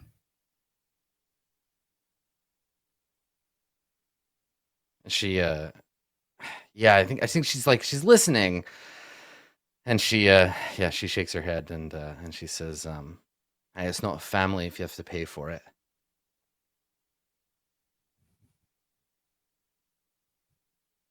You get a paycheck. And it goes to my family and Hyra. I do my duty so they can live their lives. Where do you spend your money, mercenary? I don't know. What were you saying? Throwing back cold ones with the boys? Sure, let's go with that. She looks around and she says, I don't see any boys. Looks like you're all alone. And there's this like hint of like, you're all by yourself and I've got like my friends. But because you got that 12, you don't feel like there's no danger here. Like you're not feeling that like cold, like feeling of like this is going to be a knife fight real soon, right? Like she's talking a big game, but it's not to like put you off balance. Like you don't get that impression she's going to like lunge at you at any minute. She's just kind of like trying to get a feel for you by like talking big. I'm gonna look around and be like, you're right, I hadn't noticed.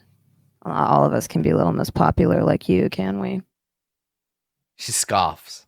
She's like, you may have forgotten this, or maybe you grew up somewhere it didn't matter, but there's several sorts of people around here, mercenary. And you and me, we're down here. People like the captain, Cirrus, they're up there. Now listen, I know you think I'm just some wee peasant, but I was about to say something that I personally think is a fucking cliche, but she says it anyway. We're not so different, me and you. Sorry. Hate when characters say that. But she's kind of a cornball to begin with, so I think we're gonna go with it. She says it, and she says, "There's gonna be a point where they remind you that you're not a noble, you're just an asset. I've seen them come and go, good people, left in the dirt. 'Cause they didn't have the right blood." I don't really put much stock in titles and things like that. You're right, though. You and me. She's like, you probably may aren't not. very different. You may not put stock in these things, but they do. You've got to be careful. Crux isn't exactly a forgiving house. Ask any Cygnus about it. Listen, you seem like a fine lass. Tough enough, or at least you seem to be. Know your way around the fight. But she like looks around kind of conspiratorially, and she like leans in, and her body language is like, I'm saying something mean to you and I'm being tough. But she says it quietly enough that no one else can hear it. So she puts her hand on the table and she says, you have to be careful. There's this officer, Ibanez. big ambitions, dangerous man. You're gonna want to sock him in the face first time you talk to him, but don't.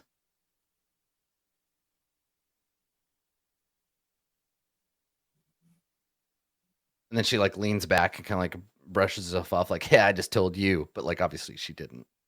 Mm-hmm. Just kind of adjust and be like, thanks for the heads up, I guess. Are we like friends now? You gonna braid my hair later? Do you say that? Yeah. Want to paint each other's fingernails? She looks at you and she's like, you wish. I give a mean manicure. My character laughs too because she's amused me sufficiently. Yeah. So she turns and she looks back at the soldiers and she says, so they're a bunch of dickheads, but they're not so bad once you get used to them. So if you're finished self-flagellating over here, come have a beer with us. Sure, I'd like that. I'm gonna pack up my stuff and follow her over. Yeah. And she watches you like put away all your stuff, and then you start walking over, and you see like a slightly they're all kind of like generic cop type dudes. Like it's a group of like about a dozen like men and women. But one of them, besides Arnhan, one of them stands out. He's like a slightly pudgier version of all of the rest of them. And he's like balding a little bit on top. And he's got a big like janitor brush mustache. And when you walk over, he kind of like awkwardly steps in front of Arnhan, like right up to you, and like puts a hand out to like shake your hand. Oh, that's awkward. Okay. Yeah. I'm going to stop, pause. Look at him. Look down at his hand. Yeah. And then just reach out and shake it. Yeah. And he grabs your hand and gives it a couple of like, vigorous pumps, making his jowls like wobble a little bit. And he's like, good to meet you. I'm Doyle. This is my squad. You met Arnhan already? Hey, can we get a beer for this lady? And the like ship's bartending robot like brings you a drink. One time more. And and Doyle's like, so you been on a lot of missions? And he puts his arm around you like, come here, come on over here. And we like fade out on the scene. I forgot about Doyle. How dare you forget about Doyle? At the noodle shop. I just pull the ship. Yeah. He's Doyle. Doyle just really wants a desk job. He's just hoping that a desk job opens up so that he can just get out of the field. Doyle, all right. He's precious and must be protected. Oh, yo, I've been shot in my guts. You gotta go to Hybrid. Tell my wife, Vanessa. Tell her you got revenge for me. Tell my kid I loved him. Oh God, I'm gonna die. Kids? I can have a wife and kids. Come on. Hey, what are you talking about? I've been married 46 years. I'm 102. So Doyle takes you alongside, and yeah, perfect. That Doyle fan art, it's so good. Yeah, okay, great. So Bicky has now established kind of a relationship with Arnhan and some of the goons. They I mean, I think like a little bit about how armed like brotherhoods operate. Now the Deathless are considerably more, I don't want to say like cultish about it, but they have rituals and shit, and you are like bound to each other by a different sort of loyalty. These guys happen to be a bunch of people who do the same job for the same ultimate purpose. But they're very different. You have some stuff in common with them, and you recognize some of their behaviors, but there's a different ethos. Yeah. And I mean, Bicky would be more likely to be kind to them or be willing to give them a shot because they are still soldiers. Not every soldier is deathless, but they're still soldiers. Yeah. Yeah, exactly. Like you guys are the French Foreign Legion, and these dudes are the FBI. So it's like, there's some interrelation there. Yeah, and so you're kind of invited. Yeah, soldier is a soldier, exactly. And so I think you can spend some time with them. They keep you at a distance because you're still like the captain's bodyguard, but they're at least like talking to you, and they tell you about their mission and kind of like brag about, I want to believe in my headcanon that I give Doyle a prison tat. Maybe his wife. I mean, yeah, his wife's name on his chest. Yeah, Judith. I mean, yeah, he's already got like a heart tattoo with like his first wife's name like crossed off on it. So like, what's another one? This is a photo of my kid. Yeah. So, you can do that. You can direct the scene that way. I'm totally into all of you getting drunk, or at least them getting really drunk, and you giving Doyle like a sweet fucking skull and crossbones tattoo or something. Yeah. Mm-hmm. Mm-hmm. Yeah. It'd take more than one sitting, but we could start it. Yeah. Cool. So Doyle has a like partway finished stick and poke tattoo that he will probably never finish. He will probably go to his grave with like half a stick and poke tattoo on his. We started bicep. the J and the U. Yeah, right. We didn't get to the DITH. Just for the rest of his life, people are going to ask him who Jude is. Shut up! I didn't finish it. Shut up. Judd. Who's Judd? Yo, Doyle, who's this Judd you love so much? Yeah, fuck you, Arnahan. I love it. Perfect. I like this. Okay. Cool. All right. So you started to form a relationship with them, and I think the sort of part of the takeaway here is that like Arnahan is curious about you, but also like wanted to warn you that like, yo, you're in a different place now, and like you don't know some things that I know, and like be careful because this hotshot tough guy attitude will work until Yancey has you like fucking arrested for some made up charge. Like there's a different kind of power on this ship that maybe you haven't interacted with before, and she kind of warns you of that. Cool. All right. So last but not least, Nomi, do you have something that you want to do in particular, or would you like to jump to like the mission briefing for you? Because I want to give you the last scene that you were in was with Gabriel, but I wanted to give you a chance to do something on your own as well.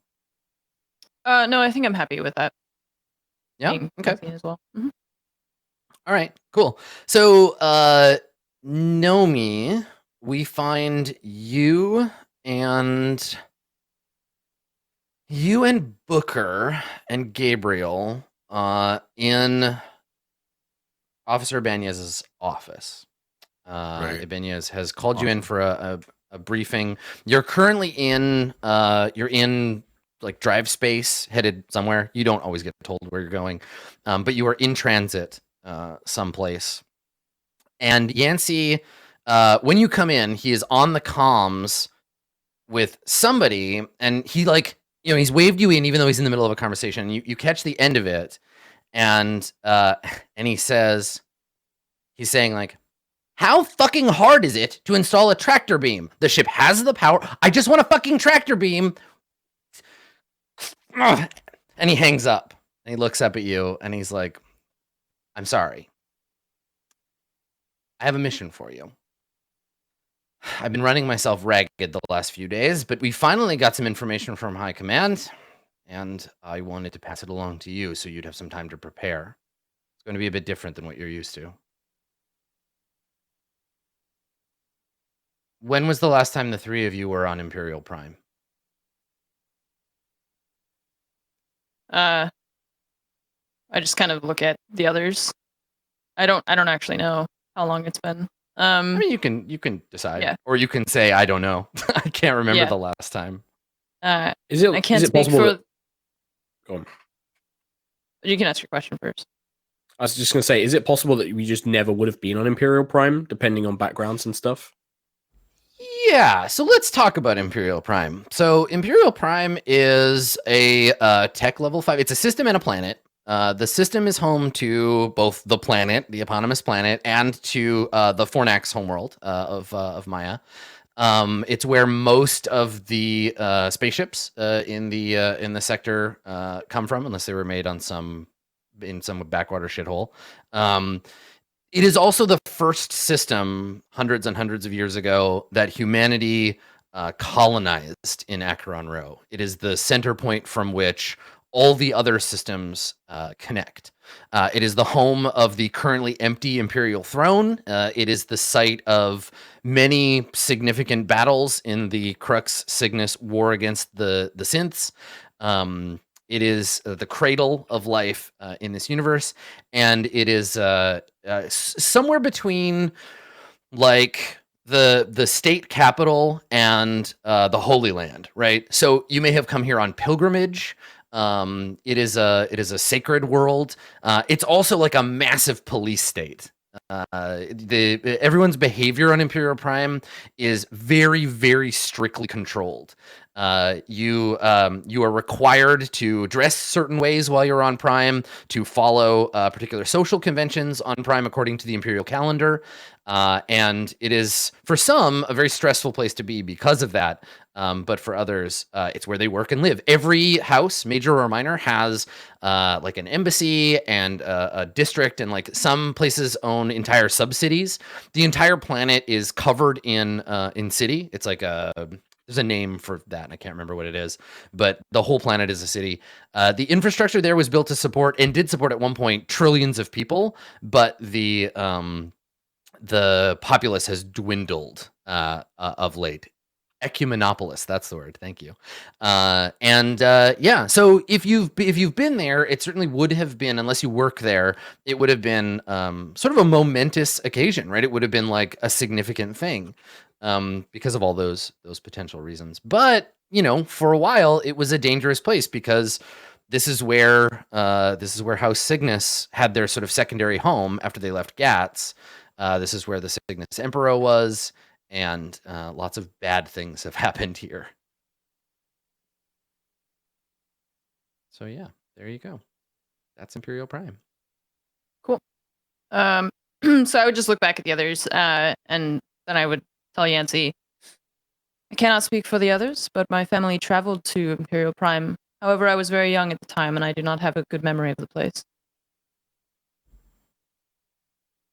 Well, I imagine you'll find it's changed somewhat. Less blue in the decor. Booker or Gabriel, do you say anything? Like he wasn't looking for like an answer from everybody. He just kind of like Okay. Booker's assuming he doesn't want to hear him speak, and Booker doesn't want to talk to him if avoided. It can be avoided. Okay. So Booker, you're standing kind of behind. Both of you are like standing behind Nomi and kind of letting her answer questions. Okay. Yeah, I think Gabriel might kind of just say something like, "I've never had the pleasure," or he'd just be like, "I've never had the pleasure," and then that's it. That's all he says. Well, that's going to change. We're headed there now. All of this unpleasantness with the corporations, with Acre. There's been more troop movements on Dio. A real shame.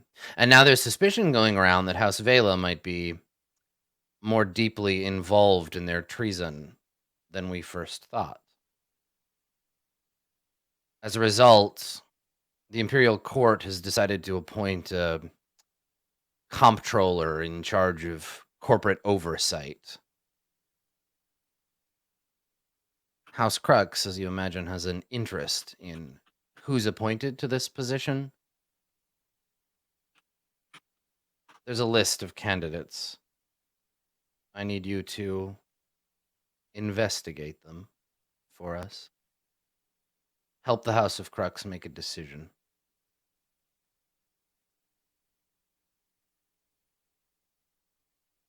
As you wish. You have this list prepared already? Yeah, he nods. Intelligence will send it to you. But remember, these are public profiles. This is only information they're going to want you to know. I'm interested in their agendas. It wouldn't do to have this corporate oversight done by someone who was disloyal to the Empire.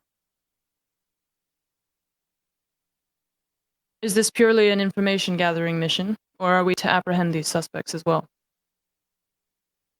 I suppose it all depends on what you find. The Prudence will not be available to you. It needs to be taken to the shipyards at Maya for an overhaul. It seems some of our equipment has been malfunctioning since our little visit from Acre, and I have some upgrades in mind. So we'll drop you off on Imperial Prime. But this mission isn't strictly official, you understand. You'll be going there as members of your various organizations. You're simply the Cirrus Nomika and her associates. But I need you to report to me. We'll be in system, so it'll be real time, but go and find out more about these people, and if we happen to find some treason, I'm sure I can arrange a warrant. Understood.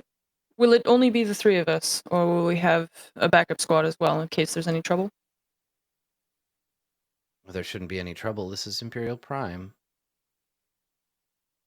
But no, I think the captain is assigning you some specialist. And he squints at you and he says the captain. Like something, he's like that just fucking wrinkles on him. Yeah.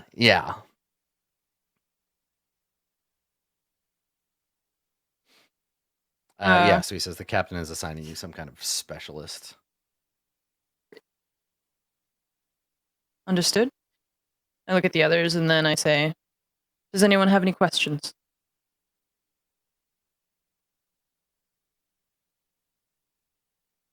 When should we leave? Well, I wouldn't advise getting out of the ship now, but we should be there in a few days. I'll go over the mission report and let you know if we have any questions before we arrive then. One thing that does spring to mind... One.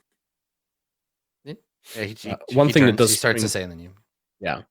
One thing that does spring to mind, Lieutenant, you mentioned that this is not an official investigation, but will we have any particular credentials to allow us to bypass perhaps some of the more troublesome bureaucracies that we can expect from Imperial Prime?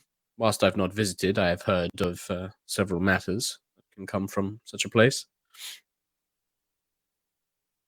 I thought you said you'd never been there. You speak as though you understand it innately. No, make no illusions, you are submerging yourself in a swamp of red tape.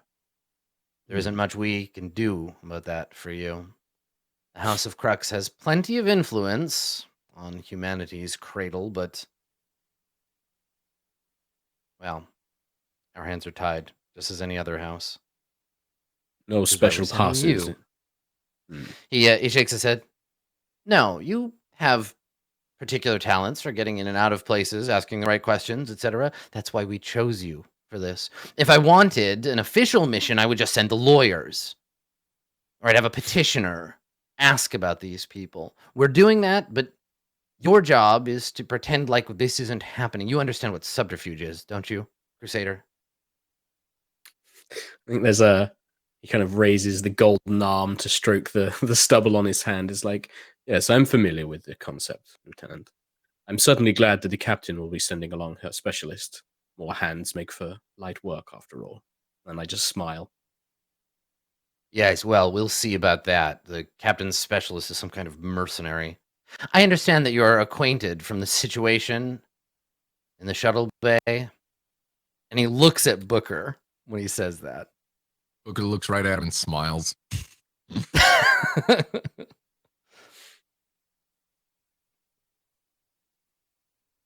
And he says, when you do that, Booker, he says, oh yes, and Officer Greaves, while you're on Imperial Prime, do thank your family for us. It was a nice gesture for them to retrieve you from Honglu. I haven't had a chance to send them flowers. If you see your dear parents, tell them thank you from me. Booker just nods, doesn't break the smile. Mm-hmm. Well, Cirrus, that'll be all. Excellent. Thank you, sir. I turn to leave. Okay. So before you're even out of the room, he's back on his comms. He's like, "Get me the Richter," and you walk out and door shuts. So Nomi, do you? I guess the thing here you would know is like you don't have, and this is the part where we get to establish a bunch of shit. You're gonna need to figure out like where you're gonna stay on Prime. People can make some connect rolls to like plan for that. Think about who on Imperial Prime your characters might already know for opportunities for Connect. And then also, Nomi, you have a request from the captain to meet her in her like meeting room at your earliest convenience. Okay. When we get outside of Yancey's office, then I'll just look at the others and say, I'll make sure to transmit the mission information to you both directly. You can go over it and let me know if you have any questions before we leave the ship for Imperial Prime. We should address these things. I'll see if I can find this, what was the word he used? Specialist. And have a conversation with the four of us before we go down there to make sure that we're all on the same page. I need to go meet with the I need to go meet with the captain. But you can find me. Let's go. Mm-hmm. I turn to Booker and a debriefing perhaps in the bar. God, yes. Yes, that the lieutenant certainly seemed to be trying to get some sort of a rise out of you. I figured that you could use a drink. He's an asshole. It's just like a smirk and a nod. Yeah. Booker is just like, gives you like, lead the way. All right. So the two of you head that way. Okay.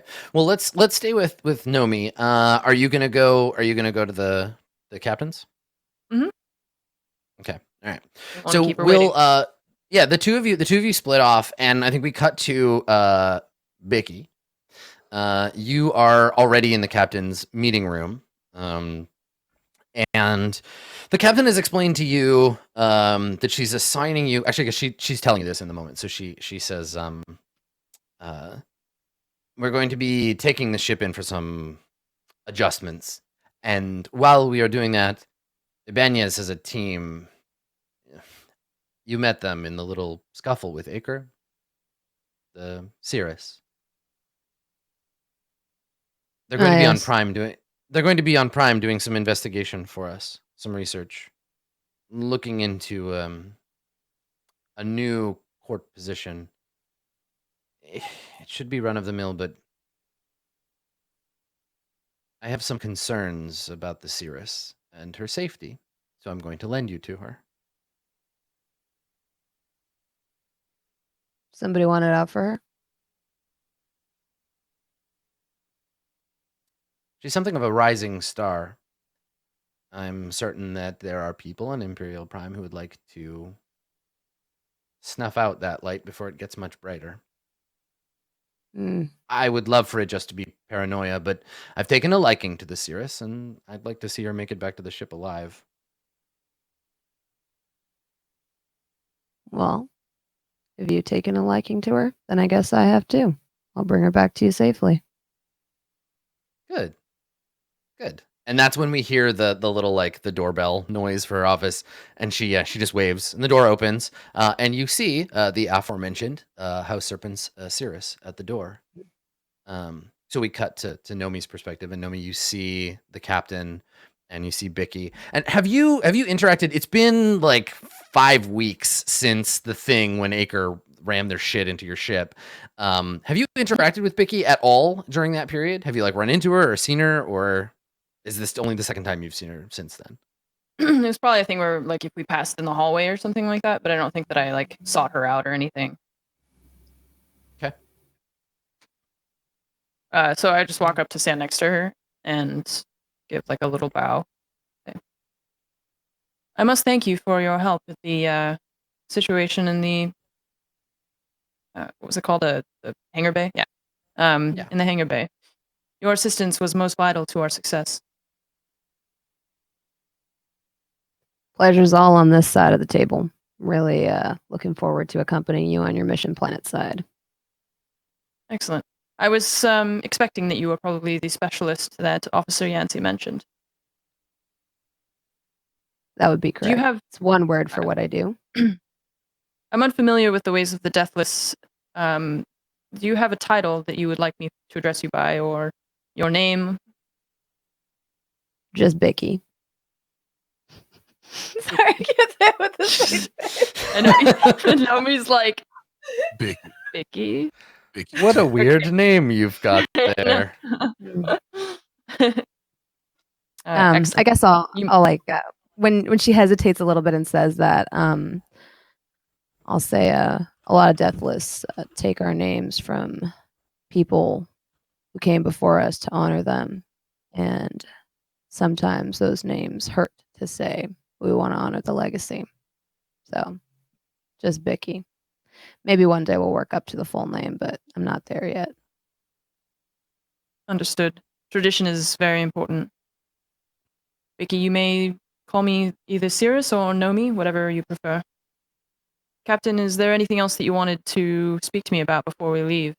Or was this merely an introduction?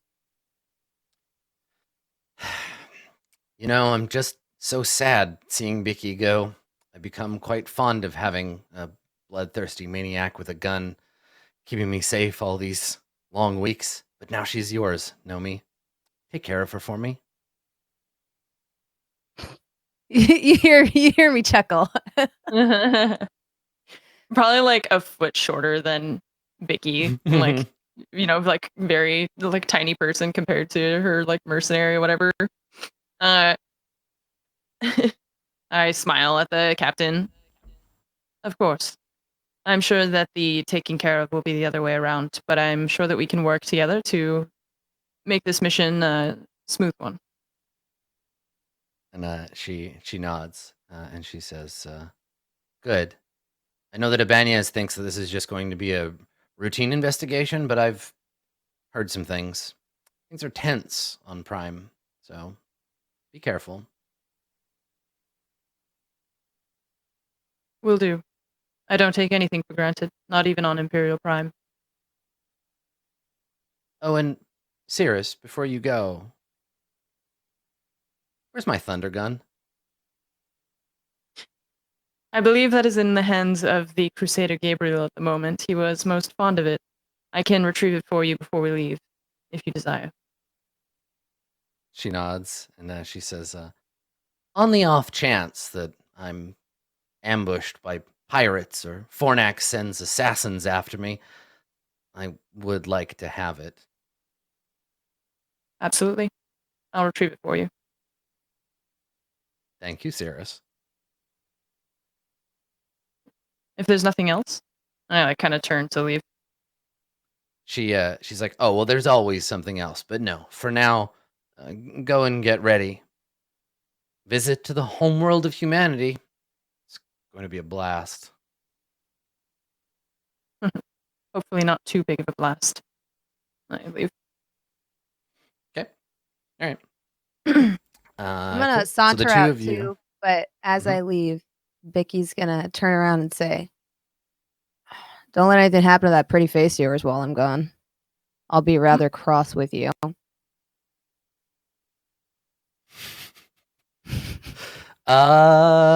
Cool. Make a talk and charisma roll. I'm just being cheeky, Adam. Uh-huh. That's the captain. You're being cheeky too. God damn it. Okay. So she raises an eyebrow at you, and you leave. And when the door closes, we see the captain. Like, she's like, you can see her mouthing the words you just said, and she's like, and we just leave her thinking about what you said. And you and Nomi head out. So the two of you are in the corridor together. What are you gonna do? Because Bicky, you're like attached to Nomi now, and Nomi, you've never had a bodyguard before, I don't think so. Okay. If you've nothing else to do at the moment, I believe the rest of our crew is at the moment in the bar having a drink. Would you like to meet them? Yeah, sure. So then we'll go to the bar to meet up with Booker and Gabriel. Okay. All right. Cool. So you head that way, and we cut back to. Sorry, I'm just making a note. We cut back to Gabriel and Booker, and you are on your way to the bar. Are you guys talking while you're walking? Do we cut back on you mid conversation or? I think on the way I would ask her about like her background. Like her right. ability, That's a good point. Before we cut away, like how much? Yeah, Bicky, how much do you tell? Nomi like about yourself? Would she be asking more like what my skill set is? I'm assuming. Yeah, like what do you? I can't imagine a conversation with Nomi, like Nomi getting to know you. I can't imagine it's like, so what's your favorite color? How do you feel about it? It would just be like name, serial number, how many people have you killed? What do you think of airlocks? Yeah, like what kind of combat is your specialty? Like, can you fly things? What's your resume basically? I'd probably I'd be pretty forthcoming with that info just because it's pertinent, I think, for her to know what I'm good at and what I'm not good at. I would just be like, well, I'm proficient with several different classes of firearms, and my specialty lies in, I guess, being a security consultant of sorts. Okay, excellent. Well, here we are. Booker is. I like kind of stop outside the door. Booker has been with us, our team. So before you guys get there, like this conversation is happening outside of like an elevator door instead of the door to the bar, because I want to jump on Gabriel and Booker before they get there. So anyway, sorry, go ahead. Cool.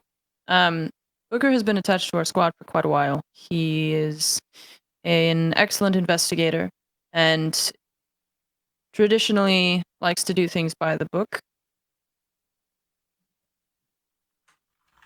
However, he is sometimes, I think, staunchly loyal to the point of it being a fault. The Crusader Gabriel is a bit of a wild element at the time. However, I would also assign that quality of fierce loyalty to his crew. He had a run-in with some Trilliant on our last mission, and so now he has this mechanical arm, which I honestly do not know the full extent of. His abilities are surprising, and I don't want to spoil too much for you, but I'm sure that you'll see him in action quite soon. And I hit the button for the elevator. Do you trust him? I trust both of them, yes. I've been working with them for a long time on many missions. It's good to know. Captain seems to think that someone might have it in for you. It's important for me to know whether you have any suspicions, whether any members of your crew may have been compromised. The members of my immediate crew, no. That trust does not extend to everyone on this ship. Nor should it. And I'll just nod as the door opens. I get in there. Okay. All right. So you get in, and when the door closes, we cut to Booker and the Crusader.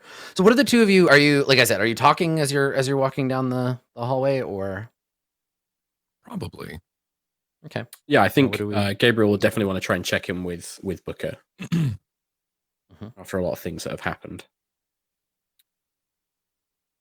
So, Agent Greaves, we've not seen too much of each other in the last 6 months. How have you been? I know that we don't often get a chance to talk. Been all right, I suppose.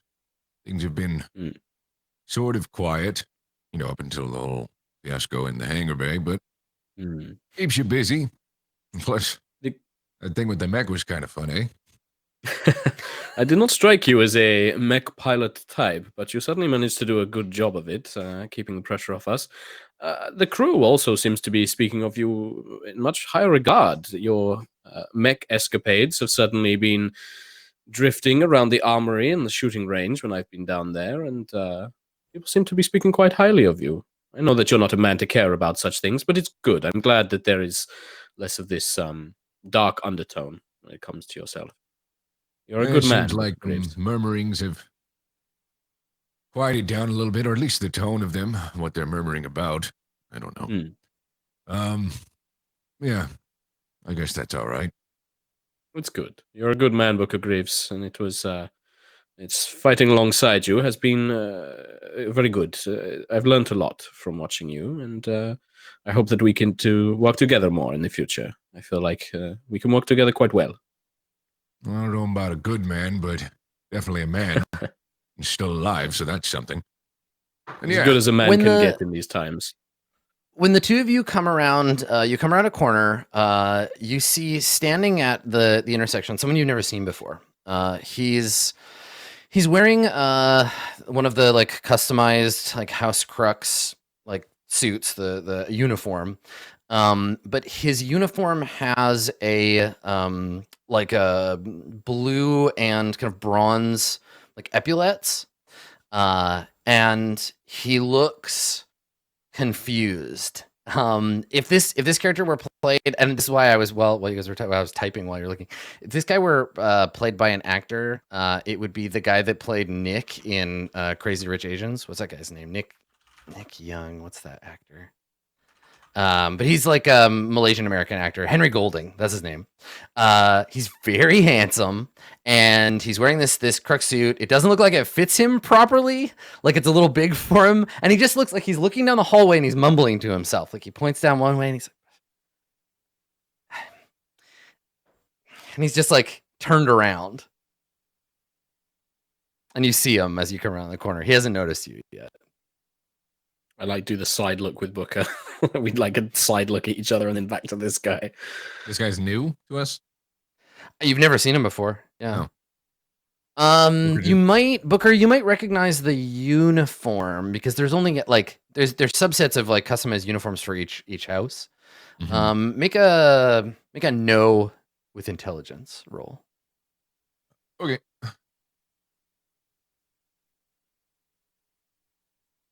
I know nothing. Okay, yeah, you don't recognize this. It's not one of the. He's definitely not wearing a Fornax uniform or a Vela uniform or any of the other like minor houses that you've seen before. So he's not like an Aquila or a Serpents, but you can't. Yeah, you don't know. We should probably help the poor boy before Anahan gets her hands on him. Excuse me, are you all right? And he turns and he looks and he's like. Huh. Thank the throne. Yeah, I'm lost. I've only been on the ship since before the last jump, and I'm trying to find the bar because I've only got a couple of hours before I have to be back in navigation, trying to put back together whatever that crazy nap. Listen, I got us into drive space, and we're gonna get to Imperial Prime on time, maybe a little bit faster than you'd think, but I can find my way from one system to another, no problem. You put me in an astronavigation chamber and I can get you anywhere you want to go, but apparently I can't find the bar. And I just want a drink. So maybe you gentlemen could help me. I'm so sorry. Father? He looks at your arm and he looks at your face. Shake my head. I'm Father. Yeah, and he's like I'm sorry, I blanked on your name. I there's a lot of people on this ship. I'm used to operating a much smaller, so it'll take me some time. I'm good with names. I just need a minute. Sorry, I'm Lewis. Sometimes I've been told that. Lewis. It's Lewis. Sorry. Seeker Pixis Durant, Lewis. At your service, Officer Greaves. You I recognize. And he gives you a little bow. Yeah, for better or for worse. And he turns. If you're not the chaplain, then I didn't realize he had a twin brother with a metal arm. I'm sorry, is that rude? He does. Any resemblance? I like this one a lot more than the chaplain. On account of the metal arm. Metal arms are cool, don't you think, Lewis? I don't have any mods myself, but some friends of mine do. Helps with the math. brain. They got him from a triangulum. I'm sorry. What was your name? I just smile. I just say, Gabriel. Well, and then that's it. There's nothing. There's no title. It's just that. And then probably hold out the gold arm for a handshake. Yeah, and he shakes her and he's like, "Huh, it's warmer than I thought." Well, welcome to Crossings, boys. Trill. He laughs and he says that it is, but less so when you say it like that. I'll need to work on my delivery. I see. And just Agent Greaves. Right to the bar. That I can help navigate to. Gabriel, can you make a notice roll for me? Notice and wisdom.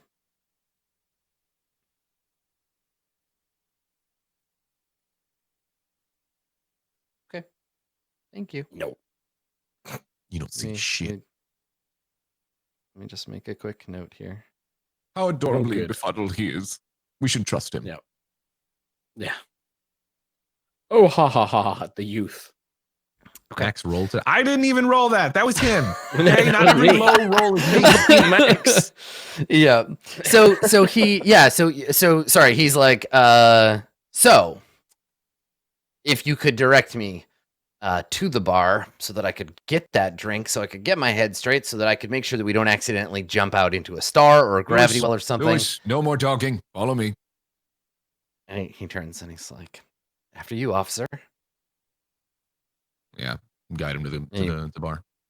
Yeah. And so as you're walking and as we fade out, because we're due a break, as you're walking, he's saying to the Crusader, "So, Gabe, well, what is it you do on the ship exactly?"